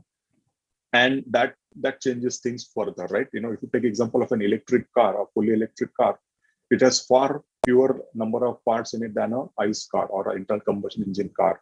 A typical ICE car has about 2,000 parts. An electric car has probably 20 or 30 moving parts. And that's the level of magnitude of change. Obviously, that complexity is getting replaced by the software, because more and more behavior of an electric car is actually software driven, not mechanically controlled. And that kind of another accelerator towards the software content. So if you look at the future mobility, there are a lot of drivers which are shifting the trend. Our mobility behavior is changing. Today, we don't think twice calling an Uber or Ola or any other kind of shared mobility. We don't think twice about using the phones inside the car. And in fact, we want more and more ways of using the phone securely inside the car. It is also having an impact on the car makers, because there is a prediction that the number of new cars getting sold will peak, and probably people will share more cars than owning the cars. All of this has significant impact for all of us and significant impact on the future of mobility. So what started with rise of electronics, it gave rise to complexity of software. Now that is giving rise to the challenges like, how do I change this software in time and rapidly? See, all of us, we don't think twice while before changing our car operating system, like whether it is Android or iOS or whatever, or any of the apps. It's pretty easy. It's just one device and that's it. But if you look at a car which has 70, 80 computers and the software which is spread across 70, 80 computers and which is moving on the road, how do you change it reliably? And how do we change it as frequently as you want it to be? If you look at an engineering life cycle of a car, it takes anywhere between 3 to 4 years or maybe 5 years to bring out a new car.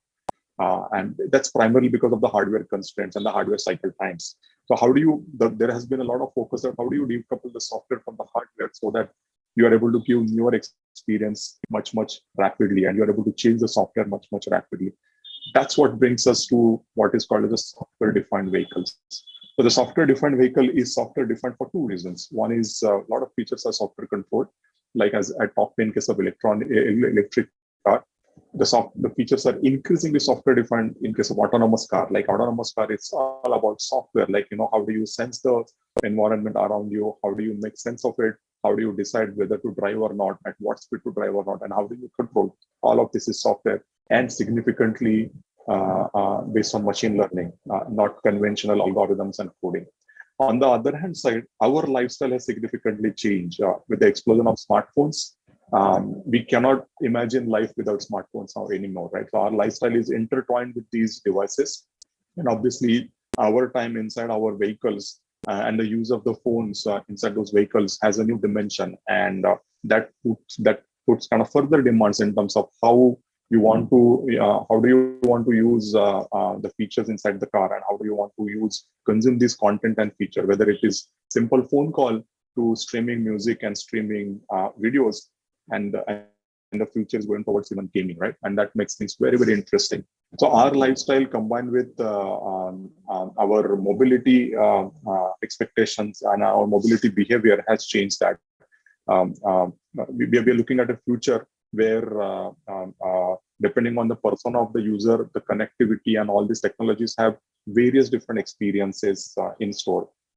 Things like how do you do the shopping, for example?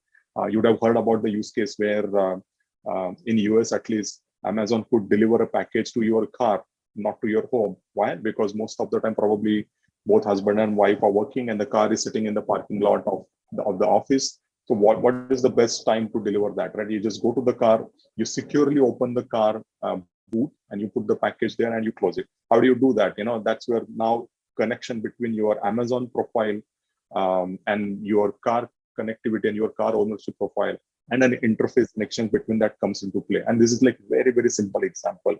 There are a lot of interesting new features coming along the way, enabled by data generated by the vehicles, enabled by the connectivity in the smartphone and the data available outside the vehicles, right? So gaming, I think intersection of gaming and mobility is another very, very interesting field. How do you all of you would have heard about virtual reality and augmented reality. How do you combine augmented reality with your journey? If you imagine your leisure journey, let's say you set out from whatever your city, let's say you set out from Pune and you want to go to Goa. Today, you drive, you stop for food, you drive, maybe you're chatting, you're listening to music, but that's going to have a completely different experience with augmented reality and gaming, especially in the family kind of a driving experience. So these are some of the examples which are kind of coming our way. So if you look at the world inside the car, there is control systems, connectivity, electric mobility, autonomous driving, and the world outside car is Facebook, social media, content, electronic commerce or mobile commerce and what have you. And how do you kind of combine these two? So the technology shifts are going to enable these interchanges in a very, very seamless manner. So how do you write the software for that? How do you build the software for that? Is going to be completely different. Needless to say, the future cars are cloud connected. That's a given. That's a given. As I said, 100% cars will be connected, and they will be connected to the cloud for variety of the reasons and variety of the features. All of this kind of drives significant changes in terms of what you and me as engineers can do, and the possibilities that it kind of brings with it. The interesting part is it's an interdisciplinary game, and no single discipline kind of dominates, but it's an interplay, which is a dual-edged thing, right? If you kind of look at it, so no more it is enough to say that I'm probably a control systems engineer and I can do this and I understand this. Or let's say I'm just a cloud developer. You need to understand what does it mean for the user really, and you need to be able to connect the dots, and you need to be able to kind of make the sense out of all of this to build the piece of software or piece of feature kind of out there. So the future is dramatically different. The future of mobility is completely different. How do we share the vehicles? How do we commute? How do we entertain ourselves? Our gaming off the board, on board. For example, for one of the two-wheeler customers, we were thinking of a gaming experience that how do you drive the motorcycle? You collect that data and you use that data to actually do the simulation of a video game of a similar nature, right? And it has a lot of different possibilities in terms of how do you engage and how do you look at mobility in the first place. So there are many dimensions which are kind of coming up, and therefore if you look at mobility from point of view of future, it is super exciting, and it's an interplay of all of these disciplines, especially obviously software and electronic and control systems as technology aspect. That does not mean necessarily that you may be wanting to focus on one aspect of it. For example, if you still look at a specialization perspective, look at control systems, there are leaps and bounds where the efficiency can still grow. For example, battery management system, and how do you improve the life of the battery? How do you extend the life of a battery by combining the data of the battery, the charge on the battery, and the combining the data of the terrain, right? So again, you're talking about interplay, but what is more important is how do you understand it and how do you then make application of the technology to kind of realize this. So while the future looks intertwined, and it probably also sometimes look complex and a little bit mind-boggling, if you bring it to the level of basic and a fundamental concept, things are pretty simple. What has helped me personally is just kind of look at things from a fundamentals perspective. And I'm sure all of you where you are and the VR actually, if you look around all the past Sparkle events, and maybe even in your case, you guys are already putting out pretty phenomenal projects out there, which are already combining all these kind of engineering disciplines. So it does not really matter whether you are among the top 3 or top 2. It does not really matter. What matters is what you have been able to put it out there, right, as your innovation. This reminds me of my engineering project when I was in the last semester. Of course, we didn't have Sparkle that time, and all we had to do is probably do a project by yourself with a group of friends, or do it at some company, right? So I was fortunate enough to be working at some company because of my mechanical engineering background. But the project we did was again an intersection of, believe it or not, mechanical engineering, pneumatics, and logic gates. So we actually built a safety switch for a pneumatic press using AND gates, NOR gates, and NOT gates, but built out of pneumatic valves. So all of you are familiar with all these logic gates as simple electronic devices, right? So we converted an electronic circuit into a pneumatic circuit and built that. Obviously, I mean, we didn't have a competition, all that, but even today, I look back at that, I think it gives me an enormous, it's a feeling of joy that, wow, that was pretty cool. And I'm sure it was cool even at that point in time. And what it tells is the journey of building it and the learning it kind of unfolded, right? And how do you interact with your peers? How do you organize your work in a group? How do you interact with engineers who are far more experienced than you? How do you go and talk to the industry experts? How do you go about purchasing the part? How do you put it all this together, and how do you do it in time and make it work, right? So the journey itself is rewarding. Of course, the award is cherry on the cake, but that's not all.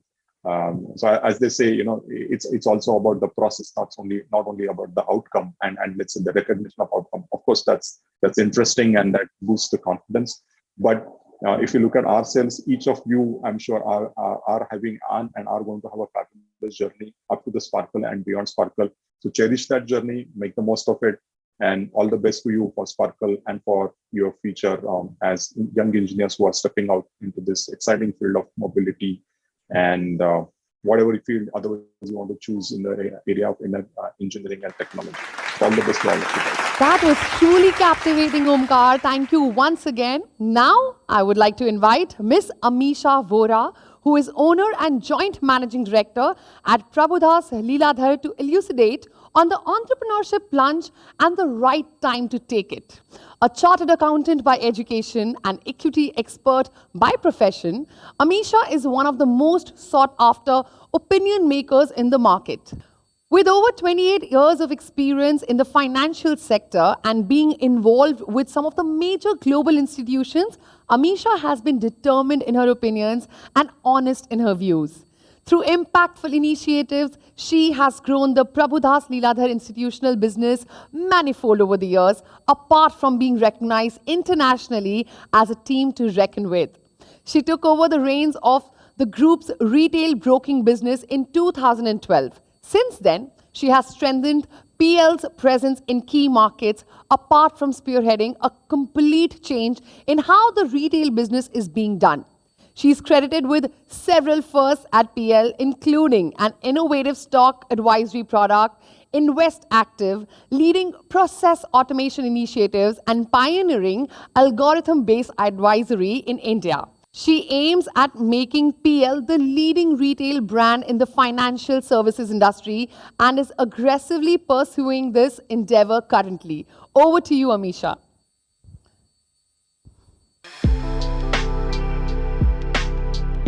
With 28 years of experience under her kitty, a chartered accountant by education, and an equity expert by profession, Amisha is one of the most sought after opinion makers in the market. Amisha, thank you so much for speaking to us. Now, my first question to you will be very obvious. Okay, you have been a very successful entrepreneur.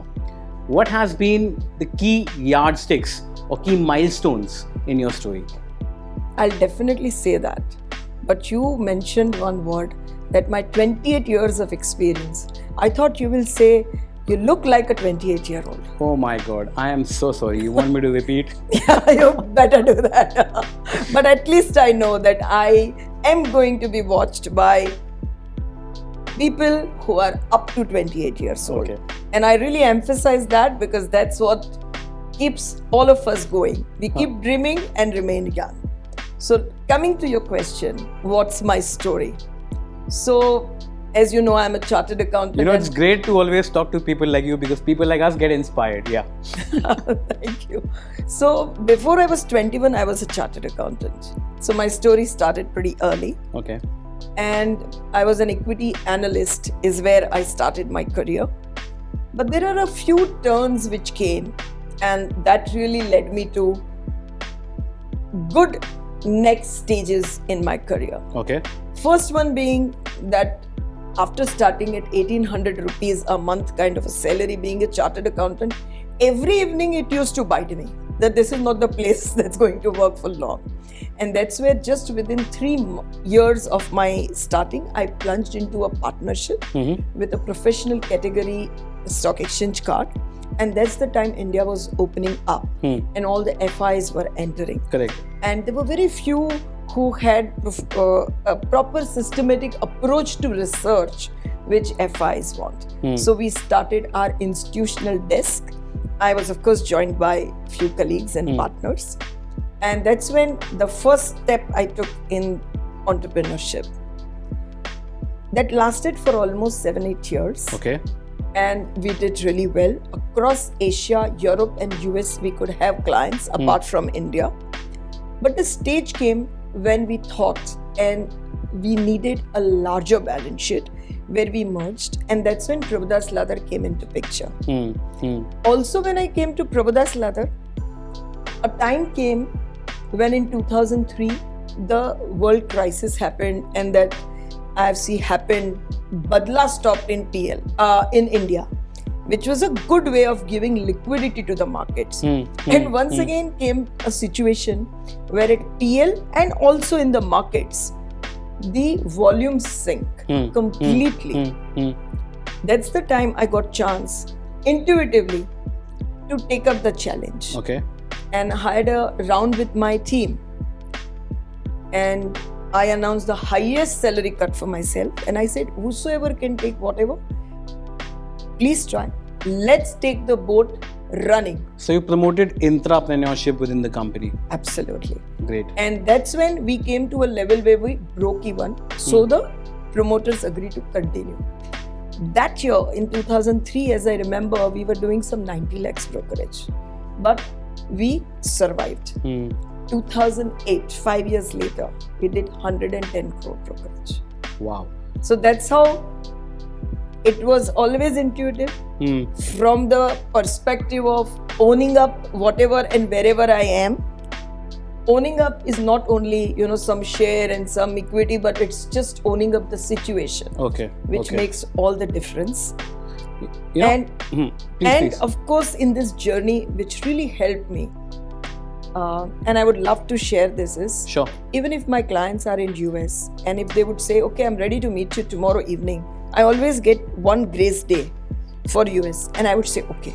And I'll pack up the bags after full work day and be in front. So that much focus and that much client centricity has really helped me in this journey. As I moved forward from a one-on-one client relationships, my role changed. It was more managing team. It was more managing clients through processes. And even then, continuous focus on the minutest requirement of clients is what really helped go through this journey much more easily. You know what, Amisha, as an entrepreneur, I've always personally felt that you need to have your skin in the game, and considering the fact that you are a veteran in the space. Now, there are some special, I would say, traits in a woman entrepreneur which differentiates her from her male counterparts. Absolutely. I mean, I don't want to get into that argument of a man versus woman, or who's better and who's not, but there are certain traits which differentiate a woman entrepreneur. Do you believe in that theory firstly? And if yes, can you highlight some of those traits yourself? I definitely believe it, though I also believe Shit. Yeah, shit. Because everything is given to man. I think as women, we remain more careful. Okay. So always we prepare a little better. And I think the risk return ability to judge risk return in situation, business, opportunity, women is better. You Men think so? take a slightly more aggressive views. So they grow faster, then they temper. They grow faster, then they temper. But women are more stable. More stable. More consistent, you would put it that way. Sure. And I think in terms of hard work, men can't really match women. Well, They always take the argument of smart work, but they can't beat us on hard work and multitasking. We can extend this conversation further, but due to the paucity of time, we would keep that for later. But, because you started up, and especially in those turbulent 90s, when India was opening up, economy was opening up, of course, the yardsticks would have come a long way since then. But in today's scenario, if an entrepreneur comes to you for advice and asks, Amisha, how much money should I have in my bank before starting up? What would be your advice? I mean, and it's a first generation entrepreneur, he comes up to you and asks, how much money should I have before starting up? What would you say? See, I always believe that you should have your full focus available for business. The moment your cash flows are question mark, whether to run your own normal EMIs and expenses or to manage few months of your own business till the time it starts generating revenue, you remain a bit defocused. And then you can't really attend to the best way you can attend your business. So the two things that one has to keep in mind as a yardstick is at least 6 to 12 months of their own personal monthly expenses and the cash flow required for 6 to 12 months for your business. Then you can really focus on the business. But do you believe that we need to have a cash flow as an entrepreneur? I mean, I've heard biggest of the people say this, that you need to have a consistent cash flow from day one. When you start a business, there should be a revenue model which should be giving you a recurring revenue. Do you believe in that theory, or you believe कि आप 6 महीने बगैर revenue के भी अपना धंधा चला सकते हैं? No, because see, when you are a startup, then you are trying to address a need which takes time for even people to realize. Correct. For it takes time for you to recreate your product or deliverable. Create a market. create a market and product itself at times. So till that time, you can't have business itself giving you cash flow. So you'll have to budget for some cash flow mismatch, and that is what you should be ready with. Correct. And I'm sure some of these startups would always look at funding coming in, but funding takes its own time. So you'll have to budget a bit more for that. Great perspective. Now I'm glad you brought funding into perspective, because apart from all these hyperbole conversations around funding, big talks, and after Shark Tank's scenario in the country, there's always a myth around funding. Okay, what I would want to ask you is that, and considering your experience, your rich experience as an entrepreneur, is it wise to raise equity, dilute your equity and raise funds, or raise money via debt? I mean, what is a better option, or it is very subjective question? See, there are certain fundamental principles in which you should decide whether you should raise debt or equity. Sure. A, you raise debt when you know that after putting this money, a consistent cash flow will be created to repay the debt, or an asset will be created, which in case the business doesn't work out, you sell and repay debt. If none of these two is created and debt is raised to burn, to create a market, to create the demand, to create the awareness, then I think you are not sure whether this creation of awareness and usage of money through debt will create enough cash flow to repay. Okay. So this is key criteria you should decide. Equity you should definitely raise when you need to create that awareness and you think that there is a probability you may fail and the cash will sink. So you don't have any responsibility to repay. So it's a very subjective case to case. Yes, you have to decide based on these criteria. But in case you have to raise large amount of capital, what would you recommend? Will it be a debt option or an equity option? Then it is a combination. Okay. Then it is always a combination which depends based on a rational debt to equity. Supposing you are ahead in your business curve or life cycle of the business, and that is the juncture at which you are deciding the equity or debt, I would say 2:1 debt equity is the max that one should look at. So I'm really glad you mentioned that, equity, debt, what stage, how much money is very subjective, and you cannot answer this like a generic, from a generic standpoint. It depends from a case to case basis. Now that brings me to the question, because most of us are first generation entrepreneurs. Okay, our fathers and forefathers were like pretty ordinary servicemen. Many of the people start getting aware of the terms like equity, debt when they start getting into business, and then they hear these jargons for the first time. Now, what are the most common mistakes which most of the young entrepreneurs make? And when I say young, I mean first generation entrepreneurs, not the 28-year-old young, but the first generation entrepreneurs make when they talk to investors. How do they get duped? I mean, I'm sure you must have heard a lot of stories. So I think they err on the other side. Most of the time, which I have seen while raising money for promoters, first generation or whatever, they err on the other side, which means that they always tend to overestimate the success. Okay. Globally, the ratio is that 90% of the businesses fail, by the way. Correct. So, but here you overestimate your revenues and underestimate a bit of your expenses. When this is a common mentality, but when you do that, your cash flow gaps are always lower than what actually you require to either finish a project or sustain and take you to the next level of growth. And this is one mistake which they tend to do. By doing this, they want to achieve what? Higher valuation. But that does not become sustainable. So my typical advice always remains to promoters or people who want to raise capital is that they continue to focus on what value they are delivering, what differentiation in their product or distribution or marketing that they are creating. When they remain focused on that, I think investors are also smart enough to ride the right horse. And then valuation should not be the only criteria. So when you focus as a promoter on valuation, all the things take a secondary view in your own eyes. But when you focus on value, you get the right valuation. Correct. So this they should always keep in mind. The second mistake entrepreneurs do while raising equity is sometimes they take too little, sometimes they take too much. When you dilute too much equity because you think ye to paper diya paisa aaya. Correct. That was also wrong, because ultimately in case value is created, you don't own the significant part of it.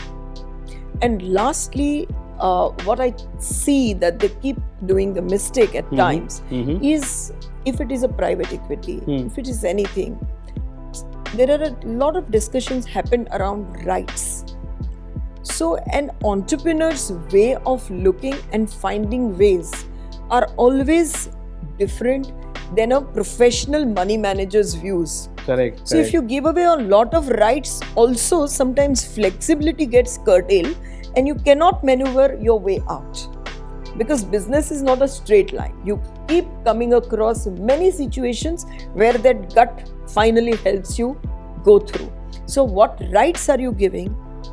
It is not that you should not, but what rights are you giving so that your flexibility of decision making is not compromised is also very important. Very important. Value and volume, both, ladies and gentlemen. I think that forms the key. Now, I'm glad you mentioned these mistakes, which brings me to my next question. You know, you have been in the market since longest of the time. I mean, in those times, few people used to take that risk of plunging into entrepreneurship. We have come a long way since then, Amisha. Today, it's all about valuations. We have unicorns, we have I don't know how many cons. The fact is, businesses are run on cash flow. Now, today when you find a business, which one do you find more attractive? A bootstrap business, which is making money, or a heavily funded business, jahan pe revenue is a distant sight? I mean, from the bottom of your heart, or just like plain sight, which one would you choose? I'm not saying in terms of funds, but from your general assessment. I think I would still focus more, because there are not a lot of things which got listed at some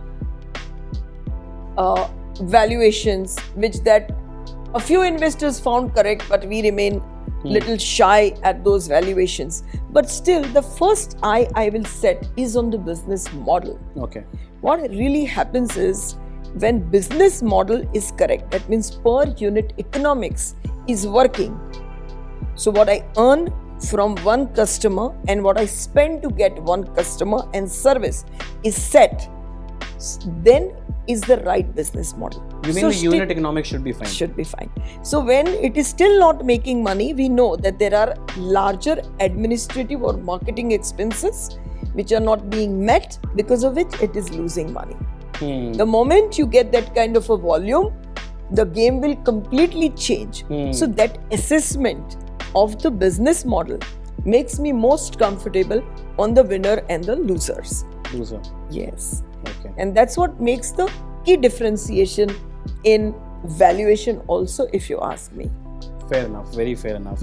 Now, this would be my last two questions to you. First one being, whenever an entrepreneur pitches, now there are two kinds of fortes. One is product and one is services. Now, in product, what people usually ask, their fear is that हमारा idea कोई ना ले जाए. You know, what should we pitch to the investor? हम कितना reframe करें? How much should we tell? How much should we not tell? Is there any yardstick for that? I mean, as a young entrepreneur who comes up to you for advice, what would you recommend? I mean, should he go all out in the pitch, or should she restrain herself to a certain extent while raising money? So there are 2-3 ways of looking at it. Sure. A, if the product is just in idea stage and there's nothing on ground, at that stage, you generally tend to go to people whom you know and they only support you, right? Correct. So maybe this risk is a bit less. If product has reached a stage higher, where there is something more physical to see, check the product, its efficiencies, etc., then there are many legal ways to protect your IP, starting from a basic like NDA to taking more sure legal advice of how it is not copied. But when the venture is, say, even larger, where the idea is big investments is very large for a product, and you're pitching for a very high equity capital, then I think once again the risk of copying reduces a bit. Why? Because those size of investors believe only in investing and not doing the business themselves. Correct. And what also makes a difference is most of the time in business, initially the idea is important, no doubt, but 90% of the game is in implementation. Execution. That's the basic game which we always talk about. Last question, Amisha. You've thrown light on a lot of issues. What would be your advice to young entrepreneurs who want to start up in today's scenario? What would be your top 3 advices if I ask? Just a number in my head. You can make them 5, you can make them 2, your choice. See, there could be many financial advices, etc., etc. But I think always the differentiator is your own self, your own mind. Okay. The more, and my first advice is that in any entrepreneurship journey, there are lots of ups and downs which will come. Many people will outright reject your idea at any stage, and many who would laugh at you. Sometimes they will prove right, sometimes you will prove right. But in entirely of these journeys, sometimes your teams will leave you. So there could be many circumstances which you don't know. But if you want to navigate this journey, your firm resolve is your first asset. You should have a very firm resolve to navigate whatever comes in your way. And anybody and everybody assesses that as the first point. Second important point is when you start your entrepreneurship journey and you really want that to become with a big dream, then what you yourself need to assess is you can't fall in love with your business. While your resolve has to be firm, you can't fall in love with your business. You have to really see, are we meeting any particular need and of the people and differently. Then you have your right to survive, right to grow. So that requires a little dispassionate understanding of what business you want to do. And third also, I think that during this journey, transparency to all stakeholders is the key to success. And transparency to stakeholders means transparency to people who invest equity with you, transparently to your clients in whichever form you are servicing, service, products, whichever, and transparency to your employees. This is the only way I think you survive. Because when we evaluate any venture by any valuation parameters and rupee, underlying is trust. So creating trust and growing trust is the only way to grow your venture, whether for raising equity, whether growing demand, and whether keeping the best talent. So these are my 3 core principles, and I would advise that people should follow. You create trust around you, then rest all will fall in place. Wow. I mean, the last answer prompted me to ask one more question with you, and this is off the script. Okay. Do you believe in entrepreneurs? Like, there are a lot of theories surrounding entrepreneurship, and entrepreneur is a yogi. What happens is you get too attached to your idea, but at the same time you also have to get yourself detached and see it very objectively. Correct. Because you're so attached to the idea, it's your child, it's your baby, you're not able to see across it. Do you believe in that theory? Yeah, I definitely believe in this theory, and I've seen it happening, of course, sometimes to me also, sometimes to many businesses to whom I advise or raise capital. They also go through the same very story, and they can't see dispassionately that the capital that they have invested and the risk they are taking is not ultimately leading higher returns for them. A 16% ROE or 20% ROE, 25% ROE is what the risk of the business should aim for as a return. And if you're still generating 8-9% kind of a ROE, it does not really require so much of effort, so much of risk, and so much of investment of capital, because you are not creating value. But sometimes you miss out seeing that. So yes, you have to have a yogi kind of a situation, as you said, to dispassionately able to see what value you are adding. and with value addition. Ms. Vohra, thank you so much for speaking to us. It was a pleasure. Thank you so much. My pleasure. Thank you so much, Amisha. So many points to take back. Ladies and gentlemen, until a few years back, there were only a few startups in the country which we could count on our fingertips. But now, every day, a new startup is born. While some bloom and blossom, others plummet for some or the other reason. This brings me to my very important question. Is entrepreneurship really everyone's cup of tea? And to answer this question, I'd like to invite Mr. Shashank Moddhia, the founder of the Renal project, which is one of the biggest dialysis centers in India.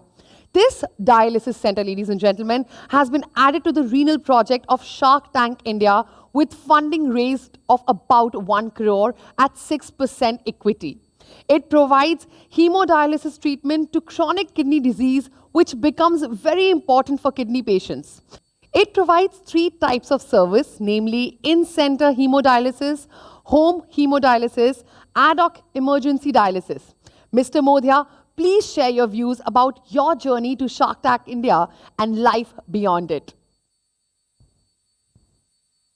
We have with us Shashank Moddhia, who is the CEO of the Renal project and also a member incubatee at NMIMS of the Atal Incubation Center. Shashank, thank you for speaking to us. Pleasure. Now, you launched something called a hemodialysis treatment for patients. Correct. What prompted you to launch something called the Renal project in today's scenario in the country like India? So, I have 15 years of multinational work experience in medical devices, and depending on where the medical devices are being consumed, I got to know that India being such a huge country with more than 1 billion population, we are selling very minuscule amount of dialysis machines in India. Okay. Which prompted me to think that why exactly are so less dialysis machines getting consumed in such a huge country as compared to even smaller countries like Hong Kong and Taiwan and South Korea, where my work was based. And I got to know that dialysis is a life-sustaining therapy which has to be taken every 2 to 3 days. But people are not being able to get dialysis because there are not enough dialysis centers in India. And because there are no dialysis centers, that's the reason there are very limited machines in India as compared to the population that is affected with the kidney failure cases. And this prompted me that instead of having a fancy MNC job and trying to work on new technologies and quality management system, it would rather be worthwhile that I spend my time in increasing such dialysis facilities within India in my own backyard. And that's why I chose to open a chain of dialysis centers, essentially with a model that can penetrate into India. Great. And the Now, you interiors. mentioned some economies like Korea. You know, Korea as an economy, they dedicate intense amount of their resources and a substantial percentage of GDP towards healthcare. Correct. When you talk about a country like India with its 1.3 billion, 140 crore की आबादी वाला देश है ये. Apart from that, we yet do not have a centralized digital database, where we can measure people with comorbidities, kidney diseases, heart diseases. Do you think as a country we need to dedicate more resources when it comes to human resource or maybe technology towards healthcare? Correct. And it's not or, it's and. We spend less than 3% of our budget in healthcare. Correct. Which is ridiculous as compared to some of the other countries. Yes, we do have a lot of other challenges of rural development and other challenges of below poverty line and all that. But still, healthcare has suffered, and because of which most of the provisions of healthcare go into the hands of NGOs and charitable trusts or some individuals who are trying to do their bit. So it becomes a disorganized sector. If there is a systematic budget coming from a central government, everything in that sector becomes more organized. Also, we need the right kind of technology people.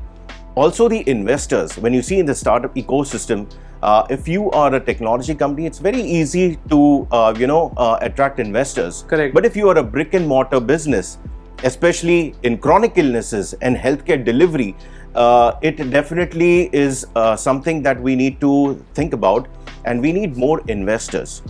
We need to be more tech enabled, so that this whole system that we are basically trying to be tech enabled, we need to back it up with such kind of investments and such kind of backing, because the government will not have that kind of a budget for us. But, so the private sector also has to jump a in. role to play. Right. Correct. Now, when I talk about access to in rural education, 80% of the healthcare facilities belong to people in the cities, which is not even 30% of our population. Correct. Majority of the population lives in villages, Right. and they do not have access to modern healthcare. Right. I mean, I would come to our other bit of our conversation, but Right. before that, I also want your opinion, because you are an entrepreneur has a skin in the game. You deal with realities. Right. So when it comes to health infrastructure, Right. do you somewhere feel that we have lost the plot, maybe because we were too focused on other aspects like literacy and defense? So yes, it definitely takes a toll. As I told you, that there are so many other agendas, education and women empowerment, and so many. They are also important sectors. So when you are a developing country, there are a lot of sectors which need to attention, and everything becomes priority one, as against a country like Switzerland, that defense is never been a problem, and substantial budget doesn't go into it. They have higher things, better things to focus on. Fair and enough. that's the problem, So it's a unfortunately, phase. with a developing country. It's like a phase us. of a country, you think. Right, Now, right, For the viewers, exactly. let me tell you that Shashank and his team went to Shark Tank India and raised a substantial amount of funding. Now, Shashank, before I come to the Shark Tank bit, you're also part of one of the incubators. Now, for the upcoming entrepreneurs, what advice do you have? Do you think incubators really help? And if they did in your case, how did your incubator help you?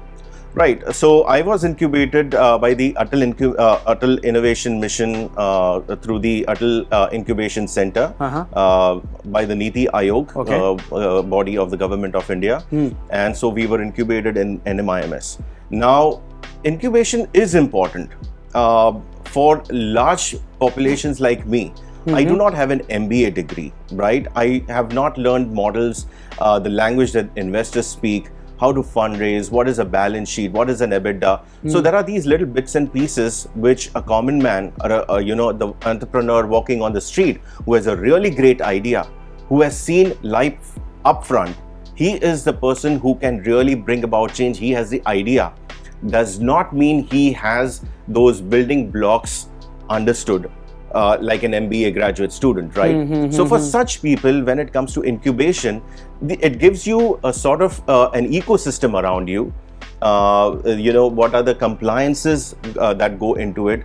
The language that you need to know how to advance yourself into scalability and things like that. And so incubator does play a very good role and as the name suggests, to incubate you and to bring it to a level where you're ready for the investment and you're ready for the scale and ready for execution. So it worked out very well in my case because I was primarily in hospital and healthcare. I do not have a finance background, so that little bridge that gap that needed to be bridged. But trust me, you're in a sector which has immense demand in India and immense market size. Right. If you play your cards right. Now, let me ask you this question. Thanks to Shark Tank India, entrepreneurship and investment decisions have become a part of the dining table conversations. Correct. As opposed to kiski sarkar aayegi. Correct. Okay. Correct. Now, when it comes to Shark Tank India, you raised substantial amount of funds. Now, what happens after that? What happens after all the glitz and glamour? How do you negotiate your way inside? See, you want a founder who does not take these kind of things as an attraction. It's almost like a distraction sometimes, right? Never get into the glitz and the glamour. It is a stepping stone. So Shark Tank is not for me to feature myself. Correct. It is a platform for me to feature my agenda. Fair enough. All right. The awareness that is missing. So I'm glad that I was on TV and all that. My team is really proud and all that. But more than that, really my focus is that today a few more people know about kidney disease and the problems they are facing.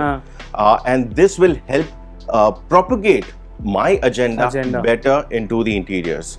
And as far as Shark Tank is concerned, yes, it is not always about the money. It's when you say substantial amount of money, trust me, a much bigger amount is needed to fulfill what our mission is. It's not a dream, it's a mission. To have 1,000 centers to begin with in India, that's a mission, and it is going to take a lot more money than Shark Tank has provided us. So to begin with or to end with, it's not about the money, it's about the awareness that we were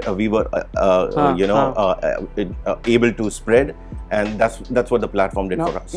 You know what, Shashank, it's a good feeling, you know, when you raise fund on national television, but that is all, like you said, it's glitz and glamour. Right. My question to you is, what happens after that? Like, Right. how do you negotiate with sharks after that? Do they have Right. a helping hand at offer all the times? Yes, Or you have to tell them that I need this, I need that? Right. So tell us what happens after the glitz and glamour, after you sign the check Right. on television, Right. when your photo comes and with that background music, which has become a meme material. Correct. Now, what happens after that? Right. So after that, one thing is for sure, you will need to know with very good clarity what you can get out of that investor. That goes for not just Shark Tank investors. Yeah. Now see, Shark Tank investors have invested in you just on the face value, with just 5 or 10 minutes of face time. Correct. There That's are what I was the to traditional investment that happens off of such platforms. There are a couple of months of negotiations and discussions and all that, and after that there's due diligence, and then the money comes in. So in either model, as a founder and as a company, we need to be very sure of, and we need to have that clarity, what can I get out of this investor? And also, if you are not a beggar, or if you're a chooser, then you should choose your investors wisely, Carefully. who can add more than just the money. Correct. So investors are like, all right, I can make phone calls. All right, I can give you you need videographers, I'll give you videographers. You need a retail chain, you need franchising. I will help you with all this, but you have to be clear what exactly you want from the investor. What exactly? All right, and then it'll be a more productive second phase after the glitz and glamour, that you make the most out of this person that has entered onto your cap table. Did you notice that, ladies and gentlemen? It's after the glitz and glamour when the actual work begins. Now, Shashank, thanks for that. But my question to you would be, the next one, of course, what would be your tips for the upcoming entrepreneurs who might want to apply for Shark Tank, or irrespective, they don't care about Shark Tank? What would be your advice to such entrepreneurs? Any entrepreneur? Right. I think Shark Tank is just a platform if you don't get through, because there are thousands of applications. Only hundreds of them go through, and only tens of them actually get funded. It is not something that without Shark Tank, investors and the entrepreneurs did not get together. Of course. Unicorns were always made. All right, it just adds a little bit more awareness, and that platform, that ecosystem gets a little boost. Doesn't mean you try your best, get into Shark Tank, it gives you that exposure of India seeing you and understanding you. But if you don't get through, that's not the end of the story. Even before Shark Tank, the world existed, unicorns were made, people got the kind of dreams they looked for, and dreams were getting fulfilled even before Shark Tank. Right. It's like it's not a one-way street. It's not a one-way street. Most of the people who went to Shark Tank and did not raise money, there have been many success stories, even after Shark Tank. So you're absolutely right. Yeah. But so what is your plan B? Do you have a plan B? I mean, if this doesn't work, anything else? My plan A is working fantastic. I don't need a plan B right now. You don't have a plan B? Yeah. Okay. So all in or nothing? Yeah. That's your Yeah, approach. I'm all in. I've left a very cozy job. I have a fantastic team that backs me, and we are pretty upbeat right now, and we are going strong. Okay, Yes. now one last question which I've been asking with other couple of entrepreneurs like you whom I've been meeting. Is entrepreneur a yogi? I mean, you need to be attached with your idea, and at the same time you need to be detached with the results. Do you believe in that theory, or am I faffing? I think I'm hearing that for the first time, but that's fantastic. I would endorse that. Yes. You would endorse yes. that. Because every day is a challenge. Every day is a surprise, and if you get sensitized and affected by every bump on your road, then you are doing more damage to your goals than any help that it can get. So yes, you have to be a little bit emotionally strong. I wouldn't say detached, but emotionally strong. Yes.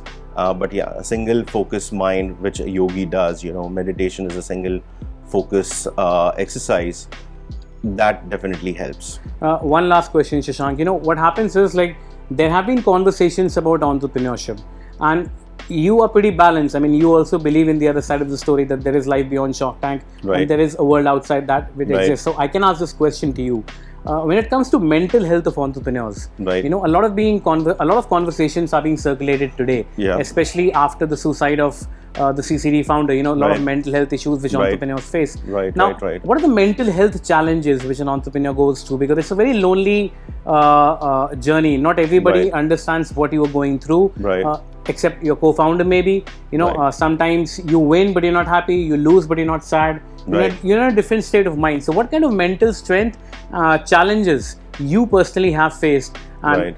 similarly your advice to other entrepreneurs as Right. far as mental health is concerned? Right, right. So I'm guilty of not having a good balance, work-life balance. Pretty much there is no life, there is nothing to balance. So it's a very consuming and a very overly focused journey.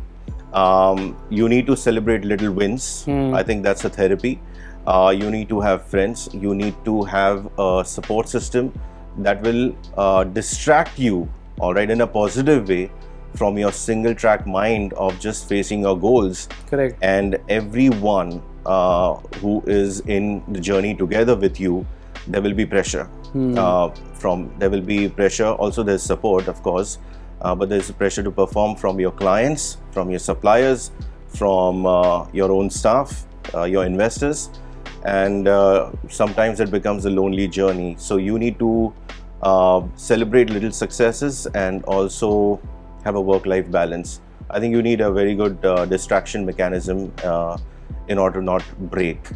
And if it's not working, not try too hard. Sometimes it's just like, you know, you never give up.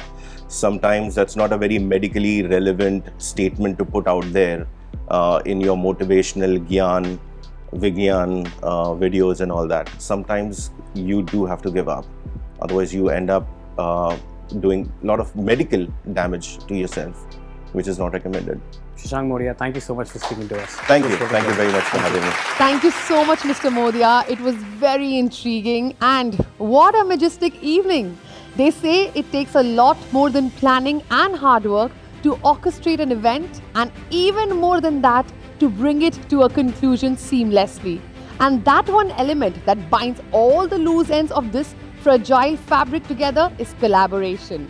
Endless determination, zeal to turn plans into actions, and a common cause, making KPIT Sparkle 2022 bigger, better and grander than ever before, drove our teams to work collaboratively to their full potential. A big round of applause for our teams who worked sweat and blood to make this event so miraculous. I'd also like to express gratitude from the core to our speakers for apprising us with their well-researched and thoughtful opinions. We have another extraordinary day tomorrow knocking on the door, and I'm sure your excitement has skyrocketed as much as mine has. On that note, allow me to take your leave. Until then, get charged for a mind-blowing KPIT Show the Awards and Energy and Mobility Conference. See you again tomorrow morning at 11.